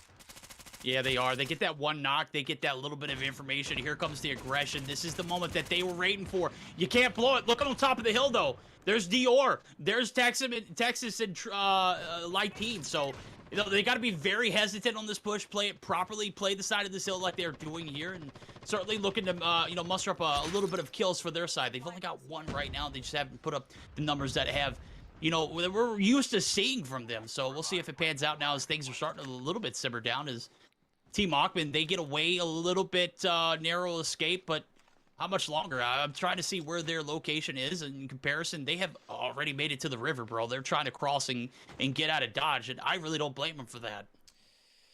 Well, we actually have Team Parker and Team Yanrique both alive right now, so they're in a good spot, and it looks like Parker's team is Mimi right now. They are single file proning across the map right now, and they do not want to take any unnecessary risks because they're just having themselves a good old time. They've managed to get themselves pretty decent position on the west side of zone. They're pretty close by to Team C, and we might have an engagement right here if the timing is right. That's going to be Nark's squad, as Squithilla has already picked up one kill. I don't think they have any idea that Parker's team is nearby, so it could be an opportunity to capitalize, but based on the way things are going, I don't think they're trying to take any unnecessary risks, at least for the time being. Yeah, I'm literally looking at Spelka Simp, and they are crab walking through, or not crab walking, they are literally on their tummies crawling. Yeah, oh my goodness. Okay, that is all in fair fun, right? I did notice in the back end that the side of not Team Hawk's Nest, Team Texas, they were eliminated. So as soon as we awarded them Team Texas, that Hawks X factor went out the window and they dropped. So it is certainly not the best position for them, as they were consistent for the first two games this time around. They get called in the transitions. And Vandrum's team is out. They picked up 6 off the bat. They're down. As we got 14 teams left. Certainly a lot of action and a lot of passive plays as we're trying to get, you know, into top 5 positionings, because that's where the money's at. And the only way to do that for some of these teams is to play for positioning in game, right? So some of these BR teams might be able to capitalize on the rotations. We'll see how it pans out of Sanitarium. Certainly looking like it is going to be a nuclear plant ×2. As you can see, there are just so many players, and I can't even see who's all there. Right now, it's going down between Team Achman and Team Citrus again. Achman finally gets the knock onto Citrus, and he's probably not going to be able to get saved right there. Just not a good spot. They are all underwater, trying to get somebody spread out enough to actually be able to make a rotation, but Achman's not having any of it. Right now, they're just keeping eyes, trying to hold. They already have one player down. They know he's not going to be able to get picked up. They said, screw it. I'm going to go ahead and push anyway. Merely's knocked right there. Another player down and out for the count, and that could be the full squad wipe, actually. No, Splinter is still alive, but 1 HP. He's going to get killed by Zone right there, and that is going to be all of Team Splinter, Team Citrus down for the count. That is not a good early knockout for them. No, it is not indeed. Now, you're taking a look at it in the grand scheme of things. You see that early rotation. I don't know if you were able to catch it, but the side of Team Achman, they head over the bridge first, and now they're just waiting for players to push over because there were like 3 teams in Nuclear Plant who had still yet to cross and certainly able to capitalize on it. They're 8 kills deep. Another thing to notate, Lotex's team. You remember they almost got squad wiped earlier. Well, guess what? They are right back in another squad wipe position. Lotex is the only player alive, and tags are certainly not a factor. So he is up top of the hill, on top of this warehouse. He is going to get 1 kill for himself, but I mean, those shots from the shotgun are certainly going to give away his location. So it's just a matter of time for Team Cygnus. You know, they get on to where he is at, and possibly, oh, that's Team 11. I'm sorry. Oh, look at Achman. Oh, it's going down for Achman. My. They're fighting Sonho's team right now. Sonho's in a bad spot. He's going to get completely obliterated by that M21, and Achman's going to go ahead, push right on in. There's only 1 player left. It's going to be Rez, and he is demolished by that Fennec. Ooh. Team Sonho stays alive for a little bit, but not able to make much out of it. Team Parker actually able to pick up a full squad wipe, so they've got 4 kills on the board. They're top 10 right now, but 1 player's going to get knocked by Noriega. He was way out of position, and it looks like actually pretty much everybody on the team. Parker, the only one rotated up and in a good spot inside zone. Chedicat going to follow closely behind, but shots going through. Parker, not a whole lot of HP right here, and doesn't get behind cover. Risky play, but gets the plates off. They're looking to push into Sanitarium, where they will be promptly greeted by a whole lot of teams, including Team Yanrique. Yep, Team Yanrique is here, and also the Team Mihawk, I believe, is in the vicinity as well. As we can see Kyle's trying to get the shots to land in the top side of the building. Is going to be able to get one, but Yanrique is traded. Oh my God, you got to finish that. Jumps out the window. Oh, that one that got away, homie, is certainly going to make you pay. As we do see Yanrique drop out, and Squeeze and Kyle are going to be left on their own. Team Mihawk certainly still got 3 players alive. They're looking to cap. This is a lot of like hipfire, bro. I don't think I've ever seen so much hipfire in one building. Oh my gosh, so much stuff happening. Spelk is going to get taken out, so Team Parker going to be able to get 7 kills, but they are fully wiped right there. Absolute chaos happening on the inside of Sanitarium. Kyle going to be the only player alive for Team Yanrique. Looking to play his life. No time to scan in tags, as all of them are going to be immediately expired, and right now they're top 5. He's just looking to get placement. Looking at the map, there's still a couple of teams here to contest, and he said, oh, somebody up there, don't want to contest that. Might be able to catch him off guard.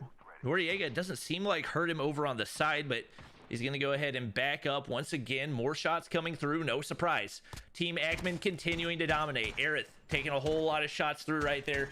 She and Marshy going to be the only ones alive for their team as they look to play for placement. I don't think that we've had any Fennec, or not Fennec, any Chickum kills yet, so still keep an eye on the feed for any of those. Soar still taking some shots, but not able to get the kill. Right now, it is a chaotic finish right here as we're closing in on the end of this right outside of Sanitarium. Yeah, it's certainly no Shickum kills, but I don't think I see a single player with an SMG that isn't a Fennec at this point in the game. My guys are just letting it fry. Serena actually going to be able to get the knock there on Parker. He is going to be taken down, or Parka, rather. And that is going to be it for 11 squad, Team Super, and certainly a very spicy one for Marshy as he catches the portion of going into zone. It is going to be outs from behind, and now it is all Team Achman. Aerith is left in, is the last player for that squad, and you got 2 players, Noriega and Aaron. Bad thing is, Aaron's down and Noriega is up. So it is 1 player alive. Nagdi is going to take down Aerith. That's going to be it for Team Little B. And again, 20 kills. I said that we weren't going to see that. I lied, homie. I completely lied. I sold it. I'm sorry. I'm so sorry. Oh, man. Wow. Team Achman did not slow down a bit. 22 kills for them as they continue to fry the lobby, and especially with a less than ideal performance for Team Lotex.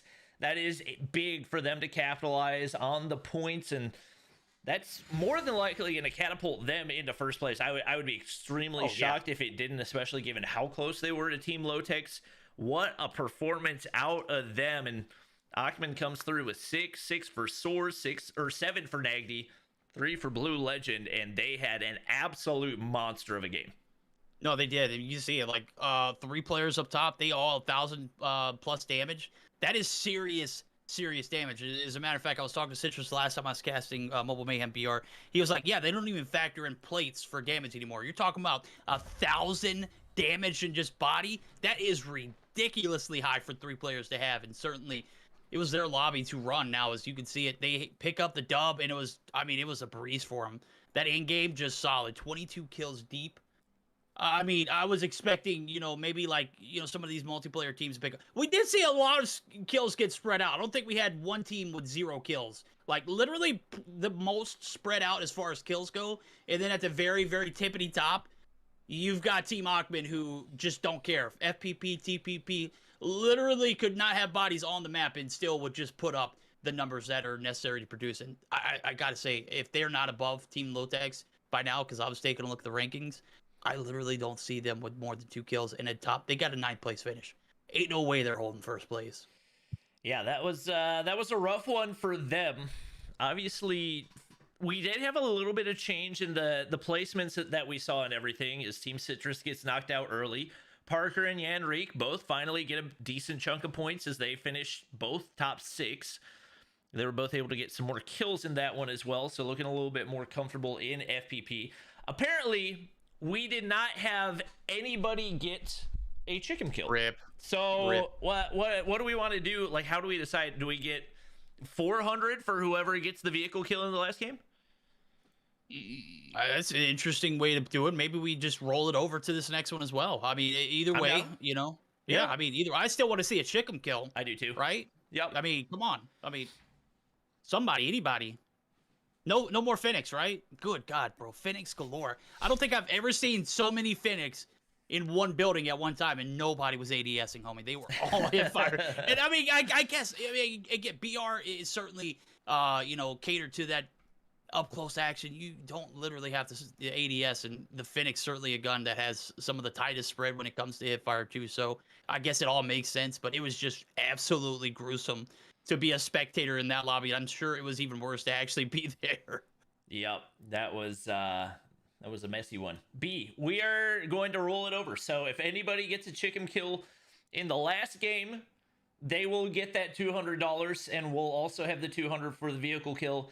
If nobody gets a chicken kill, then whoever tweets me the craziest chicken squad wipe gets $200.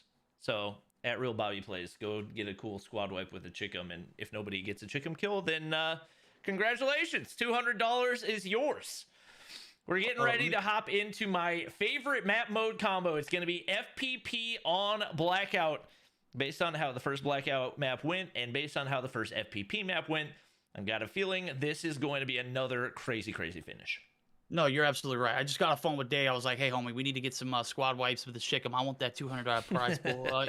Toss my bank account. I already got the plug ready to go, so we're going to get it fired up if we don't see any chicken action here, chat. You don't want Day and I dropping in Isolated, and Blackout is certainly going to be a sweaty one if we get chickens in our hands, and nonetheless, next game is certainly going to be for all the marbles. I think Team Ackman has, without a shadow of a doubt, a lot of momentum rolling off of the second game to third game, and their back-to-back winnings. They're looking to make it a 3-piece here, maybe a 3-peat coming through. I noticed that they have gotten progressively better each game too, and that is very scary if you are on the opposite end of that not being on that team. So I'm going to be keeping a close eye on them and seeing where they drop in Blackout. I'm assuming that it is going to be a little bit more of a slower pace game for them because they built that lead up. They've probably taken over the first place rankings. And as I say that, I don't know if we've got the live scoring as of yet, but I would be interested to see how much points they have over the top of Team Lotex. With the way that one went especially, I would be very surprised if anybody has a chance at passing Ackman besides Lotex. It's just so widespread already when how top heavy things have been that it's going to be really tough for anybody to pass it up. But that's that much more reason to go ahead and get yourself a chicken kill, because what do you have to lose? A free $200 if you manage to get it. And we do have our updated standings, so I'll go ahead and get these pulled through right here. Oh my God. That was a whole lot of points. As we take a look right here, Team Lotex at 290, but Team Achman way ahead right now at 370, 80 points ahead. And Team Danielle actually not far behind Team Lotex at all. They had another solid performance, so they're at 275 and on the brink of moving into that second place spot. That's going to be another team that we got to keep an eye out for, and the only one that really has a chance. And both of those teams heavily banking on Team Achman getting dropped out early on. Yeah, I mean, I believe when I was taking a look at it earlier, Team Achman were like 80 points down coming into this. No, they were only 60 points down. Good night, bro. Wow, they put that themselves big in of a swing is ridiculous. Well, I mean, there's a lot of factors there. I mean, Team Achman balled out, but Team Lotex kind of got bodied off the rip. And I mean, when you have drops like that, obviously, I mean, come on now. Who you saw the flight pattern? Who in the world selected everybody go up north? And, you know, drop in the same, like, you know, 500-meter vicinity. It's just ridiculous. We didn't get the memo, obviously, because I was nowhere in sight when the action popped off. And certainly, you know, Team Lotex just not getting the better end of that. So, big ball drop there in game number 3. Can they turn it around here in game 4 and make it interesting for Team Achman, though?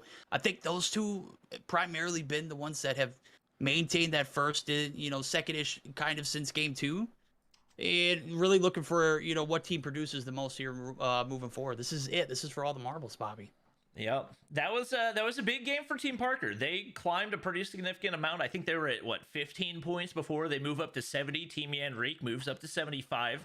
Neither of those teams anywhere close to last place, as Space and Company haven't had a whole lot of luck so far. They're sitting at 15 points. Team Susie Lou still struggling a little bit. They got 25. Team's pretty stacked up around that 70-point mark, and it's just such a big jump to get up to the likes of Achman, Lotex, and Danny L. Those three teams way ahead. We did have Hawksness team getting knocked out pretty early on once again, so they're sitting down at 110 points. Team Mihawk, Team Little B, an opportunity to close the gap a little bit and still potentially get top 5 as they're sitting at 170 and 190. More people to keep an eye on.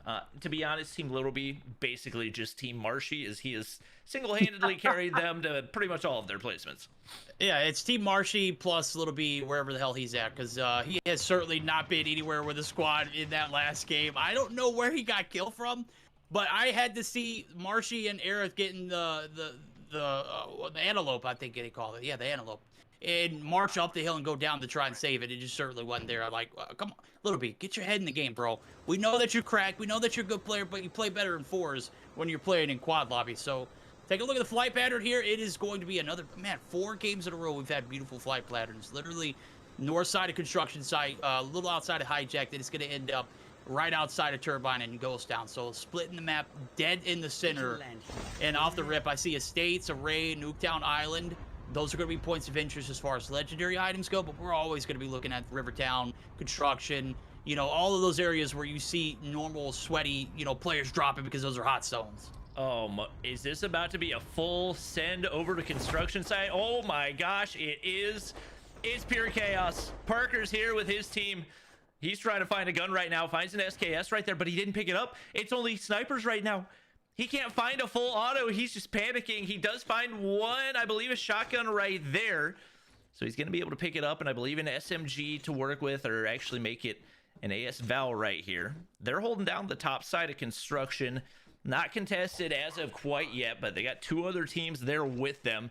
Looks like a couple teams landing Rivertown as well, and one trying to get away from Houseboat. Once again, probably going to have some engagements down at Cargo Docks 2. And no surprise, Space down for the count once again. And it looks like his team, not much of a chance at getting a whole lot of money today. No, I'm thinking that's the same case. Unfortunate 4-game spread for them, but Lotex's team is probably in a pretty decent position. You're looking at the 3 teams that dropped here. it's two content creators primarily. Right now, Yin's actually going to get, oh my god, gets the turn of a lifetime, does get some help with Vivant there on the shots. So they're looking to potentially profit off this drop. It's a hot drop. We know that the sweats come here often. Sure enough, they might be able to get a little bit of, you know, a piece of the pie coming through. So Lowtech's actually picking up another. Overextends, is going to have to replate. And the position up top, Tom, you're out, homie. Trezan actually going to get the knock there on Kamikaze. So no casualties as of yet, but 3 kills for Lowtech. They are already starting this game 10 times better than they did last. Yeah, that was a very successful bait. Lowtech goes ahead, hops on up, and gets him to overchow into 3 teammates. It's gonna be easy kills for them. Looks like Owen taking some shots right now as he's got an SVD in hand. That's a nice one to have off the start, especially in Blackout where you got a lot of those longer angles. A lot more open ground on this map than you have on Isolated, so the sniper's gonna come into play even more. He's going to be able to heal up right now, and not really much of a reason to try to fight Zygnus over on the other side. All you're really going to do is take out your ammo, take out your armor, and just put yourself in a rough spot. So they're going to go ahead and rotate out. We still have it going down over at construction site. It's Parker's still here, holding down the high ground with his squad, and right now they are going to need to look to make a rotation relatively soon as they are not inside the zone. No, they're not, and guess what? Here comes the demons of the lobby. They are moving up the zip and certainly on the prowl. They know there is a team here, and Team Parker might have had a successful drop off the rip, picked up 1 kill, but they are certainly going to be met with some equal force here in Team Lowtech. And Team Lowtech, they are certainly feeling bitter after that last game. Yin does get the first knock. Jedicat insta-thirsted, homie. That is it. The tags, I mean, could be collected, but it's all on how this interaction goes. It looks like they're going to split up. They're going to play 4 corners. Parker is going to try and get behind the container site, but shots are just going to come raining down. And as I mentioned earlier, this is a very interesting drop for 3 of these teams, and one team in particular, and that's Team Lowtech, looking to potentially get the better end of the bargain on it. Is Simp is actually going to be running for his life. Parker is going to be knocked, and not a single bit of damage really going on to the side of Team Lowtech. Yeah, they're just trying to stay alive at this point. They want to get some placement points. I believe one teammate was able to get into a vehicle, so he might be... Oh, no. That's Lowtech in the vehicle. They're hunting him down. Simp's trying to get away right now, but they're going to go ahead and make the push. He's not going to be able to get inside. Are they trolling him at this point? No. They're looking for that $200. This is the vehicle kill lobby. Oh, I forgot. Okay, yeah. That makes sense. Yeah, I don't think he's looking to give it to him. He's going to be able to actually get the knock right there, and you got to think that's likely going to spark them.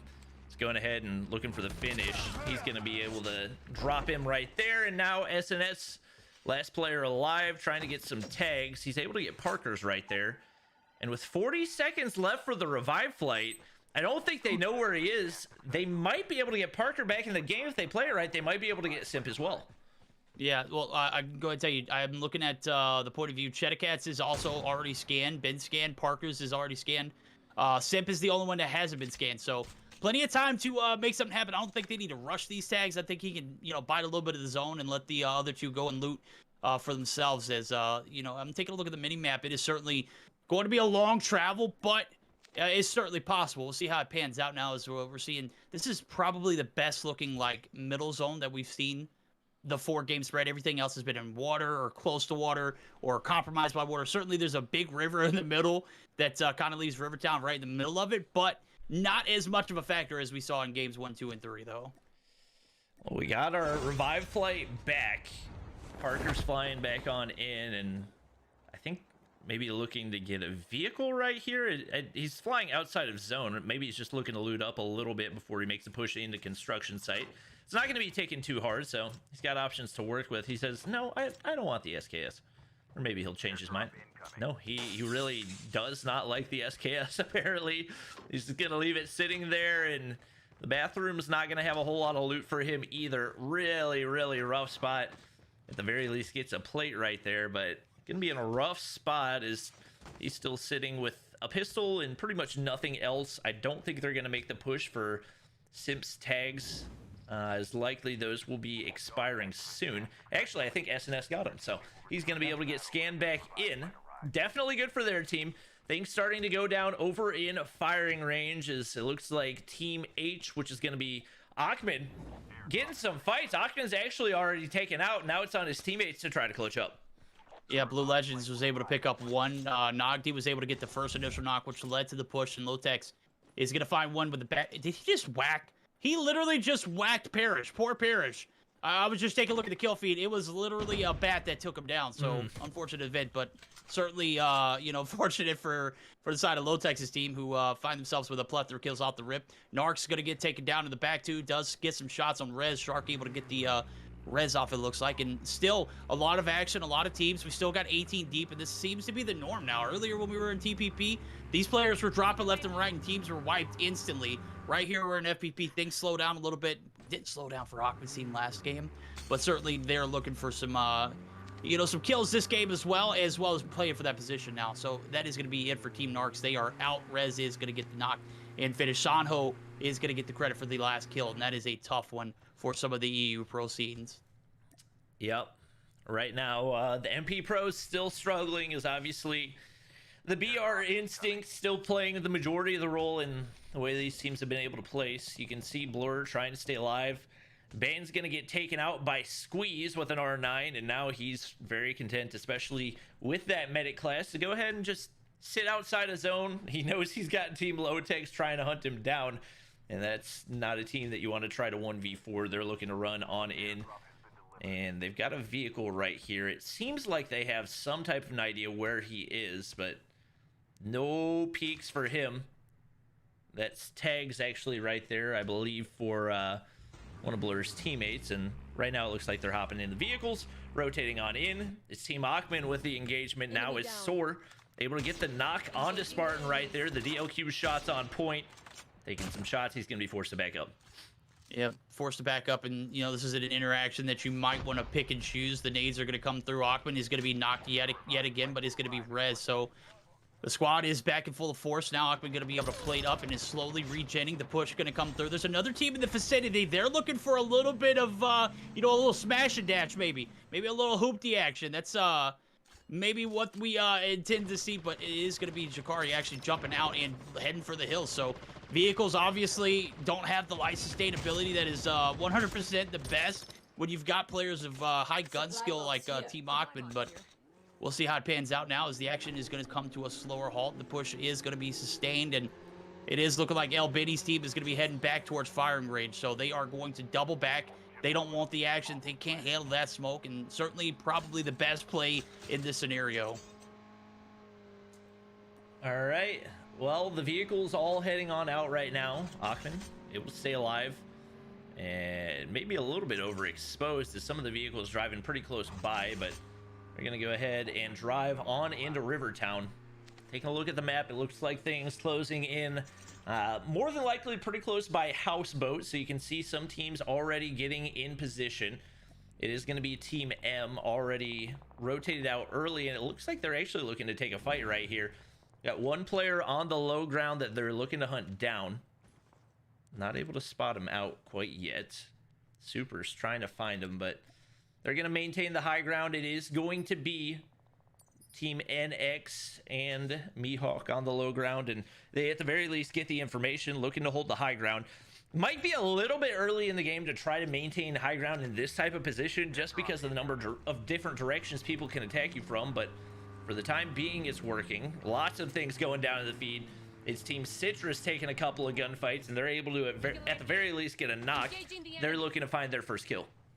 Yeah, they are indeed. Now the push is, Owen is down, and Citrus and team, they are certainly looking for the action. The res is going to be stuck. Splitter is going to get mod 6 on that one. That is a tough rotation, but Scope rounds the corner and just gets absolutely rezzed out. The res does not go through. The kills are coming in. Scope looks like he might be able to get up, and Sonho, he's literally in the corner in the same building. Bobby. What are we watching? Sonho, homie. Oh, baby. The shotgun. Scopey, you're yet again down. He's trying to get the finish. The thirst might be his life paid in full right here, though. Oh, no. He wanted the thirst, and he couldn't even get those 5 points right there. Pops a plate, man. But it's a whole squad hunting him down right now. He might be able to get full plates. I don't see a way he gets out of this alive because there's another team in the building right ahead of him, and Splinter's going to be able to finish him off with the CBR right there. Looks like things going to continue to go down as Vivant close by, and that's going to be a scan going on through, so Citrus is going to get spotted. And once again, Team Low-Tech's very close by, could have some more going down here in Rivertown. Ruh-roh. We got some action there as two solid teams looking to potentially face off. And, you know, 8 kills on board for Team Low-Tech's. I don't know if they're going to want to take this action. It looks like they're not going to be making the push in. They're just going to hold the hill and maintain the fort. But there is certainly a lot of players taking some shots on the inside. Chu does get the knock, so from a distance, they are able to capitalize. Sky going to get one in the back as well, too. So Citrus's team down as Splinter. He's going to be taken down. That is going to be a massive kill yoink right here, but we'll see how it pans out. Is we do see Scopey and Citrus trying to play their life, and Merely certainly playing up along with it. El Biddy's team has been rather silent since this game started, but 2 kills now in their favor. El Biddy's dropped. Demalia looking to stay alive, looking to get the position with the shotgun. We'll see how it pans out now as the push is still, again, just on the hill. So they're not going to make the rotation in the building where you can see multiple players, but it is certainly a little bit of a drawn-out affair for such close quarter combats. It's still going down in Rivertown. You got Splinter pushing on up. That's not a decoy, buddy. You got to shoot that one. He's going to be able to find the kill. Spartan drops, and I believe that was the last player on the team. So Citrus and Merely staying alive, but more shots coming through. Now it's a different direction that they got to worry about, is there's still 2 other teams very, very close by. Team R down below trying to make some noise. Molly is right around the corner. The M13 shots go through for Merely. Not gonna be able to get the knock. He's still in hot pursuit, and now Citrus taking shots. Don't know how he's still got as much HP as he does. Smoke's gonna keep him alive for a little bit, and he's just gonna go ahead and full send all of them, looking to reposition to the top of this building. Both the teammate tags have been scanned, so even with Merely getting knocked right there, they're still gonna have 3 players to work with, at least if they can get some loot. Yep, Citrus doing a great job of extending his life. He's not gonna overextend. He's looking for the nade shots. Those are psychosis, those are fakes, but certainly does give off an indicator there as Mr. Classic looking to be a topside building. Bandit is going to eat some bullets himself, so Citrus is, you know, looking to get these tags, but he is certainly not going to pay his life for them, so we'll see how it pans out now as Scopey drops in. Scopey's dropped already again. Mr. Classic able to violate there. The PPSH, I absolutely love this gun. I'm so glad they added it to COD Mobile. I just wish it was a little bit more of a better hip-fire spread, in my opinion. That gun, just, I mean, if you played Warzone, you know the spread for the builds on the Vanguard update, just absolutely nasty. We got Team Low-Tech's versus Team Ackman happening right now. It's going down. Low-Tech's is all alone. Sniper shots going through for Soar. He lands 1. Low-Tech's going to be able to back up, but he's got 2 teammates dead. He's got Chu with him still. Right now, they're just looking to get away. It looks like Chu's going to be able to do that. Same for Low-Tech's. He's got a snowboard, but man, that's a huge engagement for Team Ackman. They're working the high ground right now, and it looks like they're going to continue to push. They're going to be able to get the drop here as well. Splinter dies his zone. Same for his teammate. I believe we do have a couple teams with Chickums. Our admins have said both Mihawk and Clout have Chickums in hand. I don't know if either of them are still alive. Clout's gone. Solo's the only one alive for that team. We got Little B and Zai on the revive flight. Is no surprise. Marshy keeping the team alive once again. And he's actually getting ready to roll up on Team Ackman, and that's going to be an easy vehicle kill right there. He's going to go ahead and go for the instant thirst. He knows he's got teammates alive. He just wanted the points, and they're going to be able to come back, but his tag's going to insta-expire, and right now they're just going to look to play for placement as they have absolutely 0 loot to work with. Wait, so that was a vehicle kill for Marshy. I think he's the one who claimed the bounty. That was the special award for this one. Obviously, we still got this Shookum up for grab as well, so a few players do have it. You said Blur got the chicken kill. There we go. We did. Well, there we go. Blur's out, though. I hate we missed it. I have to go back and rewatch it and see it because, you know, getting a kill like that, oh my God, Zai. I just looked at his point of view and he walked right in to a few rats in the building, and that is Parka coming through with a kill, an easy one. Literally just rounds the corner. It was like, oh, no, I'm not supposed to be here. Bam. Free kill for Parker right there. The building is certainly a little bit of an advantage there as they're trying to play their 2s. Their last players alive for this 11 squad and Team Super. So looking at it, we got 11 teams left. Little B just drops. That's it for Team Little B. They are out. right now, despite the slow start, Parker and a couple of teammates still alive. They have no desire to leave this building. He's got a Holger to work with, got an AK-47. That's actually a mythic Holger, so he could hit some beams with that if they get the positioning right. Looking at the map, they're in a pretty solid spot right now. They're actually going to be in the one of the few buildings that's actually inside of zone. And they've got a medic class to work with as well. It looks like maybe trolling, just opening and closing the door right there, but they're not going to be looking to push outside of this building anytime soon. One team pushing up from the low ground. That's going to be Team NX, Venti, far away, Cygnus. Oh, they're all rolling up at the same time. Things about to get real spicy real quick. Oh, they decide to take a risk. They go for the drop. It doesn't look like they're going to take any shots. Team Achman in a big engagement right now. They're going to pick up more kills as they look to extend their lead.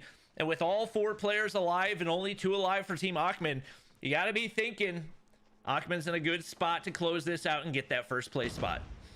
That's certainly the case. I'm going to go ahead and tell you, my emulator just crashed. Ooh. Big F's in chat, homie. Big F's in chat. I'm trying to get it back up, so let's see if you can allow me to... Yeah, appreciate you. I think I should be screen sharing now. If it's the wrong screen, let me know, but still in the action, and oh my gosh, it's getting crazy. Parker's getting absolutely rained nades. He's able to get a knock on Chibito right there, and once again, we knew that medic was going to play a big role. He's trying to get the thirst through the wall. I don't think he's seen anybody that he's actually shot at. He's going to get shot through the wall. Now it's Simp trying to clutch up. One player outside. It's absolute chaos. They want the building, and they're trying to take it from him. Hops on outside. He's got the pumped class. Stays alive for a little bit, but it's Team Achman on the low ground. They're looking to contest. He doesn't have the right read. He's in the opposite corner. Aquasim can't get the kill right there. That could have been a huge one for them, but now Team Achman, 4 players alive still and completely running through this lobby. Lotex and company still alive, but only 2 players are going to be tough to take out. Yeah, it's tough, man. I'm taking a look at it. I'm trying to get the best quality, but man, the building side just not favoring the side of Team 11. Parka getting some shots. He gets absolutely violated coming out that window, and we got prime position here for the side of Team Achman. This is battle for first place, and with only 2 players left to deal with on the side of Team Lotex, they might be booking their one-way ticket to a first place finishes. They've got the kills to come along with it.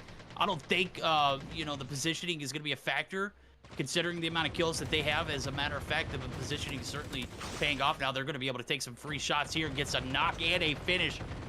Absolutely been their day. I'm talking about top 5 finishes across the board first game, and then it's been first, and they're looking for another win. And that is it, ladies and gentlemen. Game number 4 in a nutshell. Team Achman, they take the bag, and literally taking the bag in first place too. Ain't no way they're going to be rejected that, right?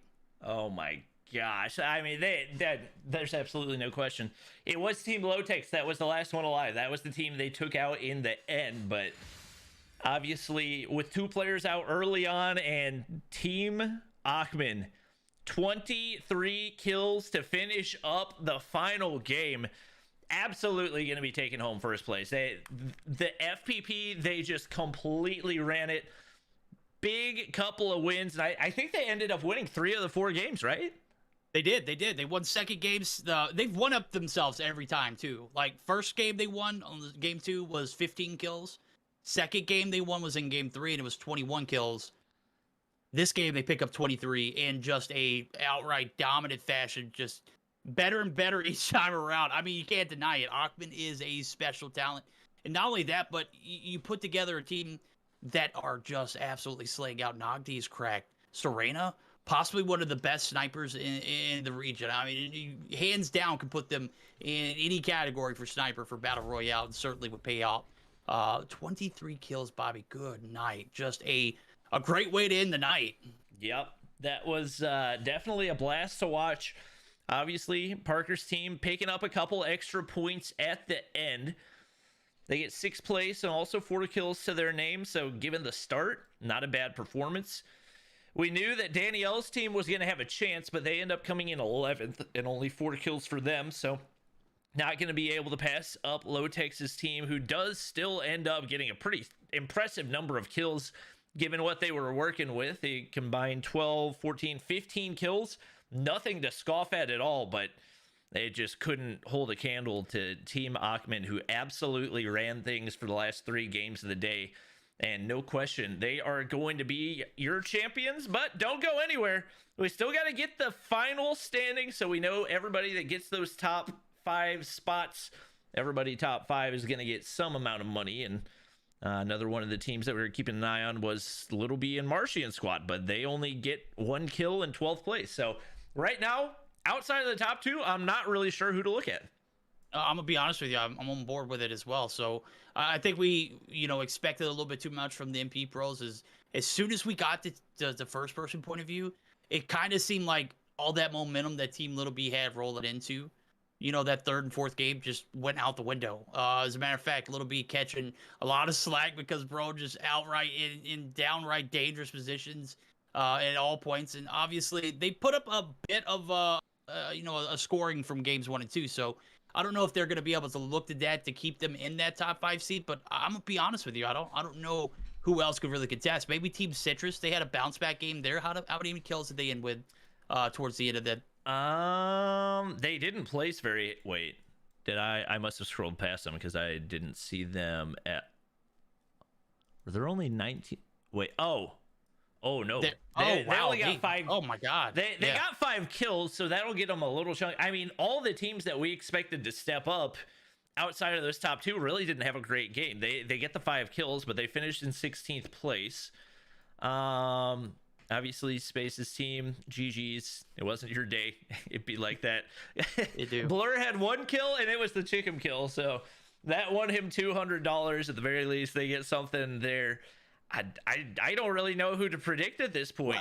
I think Team NX probably. Yeah. They seem to be alive at the end of a lot of games, so I'm expecting they probably finish top 5, but just not sure where. Yeah, I'm thinking that might be the case too. And I was taking a look at Yanrique. I don't know if he's able to close that gap as they had a big 3rd place finish and they picked up a plethora of kills to go along with it too. So I don't know if it's going to be enough to surpass Little B's team, as they had a 120 or 15 point advantage rolling into game 4. I'm not great at math, homie. I'm gonna be honest with you. When I cast with Day, I rely on him solely to do the math. I just can't do it. But I mean, the numbers are certainly there. I just don't think the performance over the 4-game spread was enough to put them above and catapult them into that 5th place spot. But Danielle certainly looking like they are pretty comfortable. They literally had 275 rolling into it, so they're certainly going to be, shoe-ins for at least a 3rd place spot. And after that, it is literally a toss-up. Yeah, I'm looking at the previous standings, so that's what you're seeing on the screen right now, guys. So Team Mihawk had 120 coming into that one, so they were definitely not out of contention, but really tough to say where they're going to end up placing. Once again, I think it'll probably end up being top 5, but not 100% sure at this point. We're still waiting on the rest of the placements, but it's just a pure toss-up right now, and definitely excited to see who those last 3 teams are going to be. Like you mentioned, Yanrique's team, a solid game 3, but we're not sure if it was enough to close the gap, as they were pretty far back at what I believe 75 points. Correct. I think Andy may be delivering the final verdict right now. You can do claps in chat for the drum roll if you would like. We don't have anything. Never mind. We don't. We've been bamboozled. That's tough. I'm gotta say, coming into this day, I saw the teams that registered. The first team that absolutely registered first, they weren't holding back. That was Team Achman. I saw that team and I was like, ain't no way they're gonna allow this squad to come through. Sure enough, they had only 3 pros and then 1 player to roll with too. And it was anything but close going into that game 3 and 4 afterwards. It certainly put them in a solid position now. There we go. We got live results. All right. And Andy always delivering, man. I tell you what, one of the best admins in A. Absolutely, no question. She comes up clutch right there. So these are the old standings. What you guys are about to see on the screen are the new standings.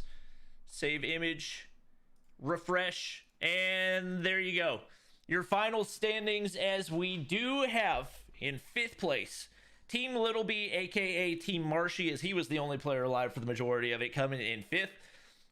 Team Mihawk, who had a big performance with 7 kills in that last game, coming away with $400 for themselves as well in 4th place. In 3rd place, Team Danny L, the 800. Team Lotex coming in 2nd. We expected, despite their strong game number 1 and Lotex getting the most kills in the TPP, not quite as much success in an FPP, where Team Achman absolutely dominated. They're going to take home the 1st place prize of $2,800. And big congrats to them as they completely dominate with... let me take a look at the point counter real quick. Wait. Yeah, it was close. 535. My goodness. Sheesh. Sheesh. Good night, bro. 535, and you're telling me Lotex dropped the ball in game 3, and that literally anchored Achman just to push everything. They were aggressive. They played for in-game. Like, they had the most complete rotations at all. And to cap it off, they win 3 out of the 4. I mean, come on now. You're telling me that Achman isn't one of the best Battle Royale players, TPP, FPP, it doesn't matter, in the world, certainly putting up the numbers. And I think he had a huge influence in the IGL department, too. So, some other notable stats, too. Top fragger for the lobby we already mentioned for TPP. Well, that was Lotex. He picked up 20. But on the flip side of things, FPP couldn't have won 1st place without my player, Serena. 14 kills. That's going to be $200 for that particular award. And we already heard the round 3 and round 4. Yanrique's team did pick up the vehicle kill off the bat. So, Marshy, I know I saw him in the feed, but Trezan actually was able to get the actual first one in, and it must have went unnoticed. Obviously, my game crashed shortly after. So, Bobby, we've been about the world. We've been there twice, actually, in FPP and TPP.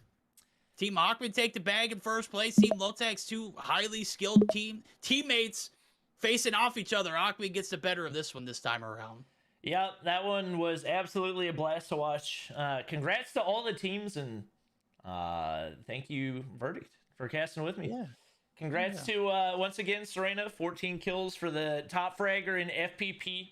Very, very impressive, and thank you to everybody except for Hawk's Nest, who never showed up. I hope you wake up soon, buddy. I hope you had a good nap or whatever it was. But make sure to show some love to whoever we end up rating. Big shout out to COD Mobile for making the event possible. Hope you guys did enjoy.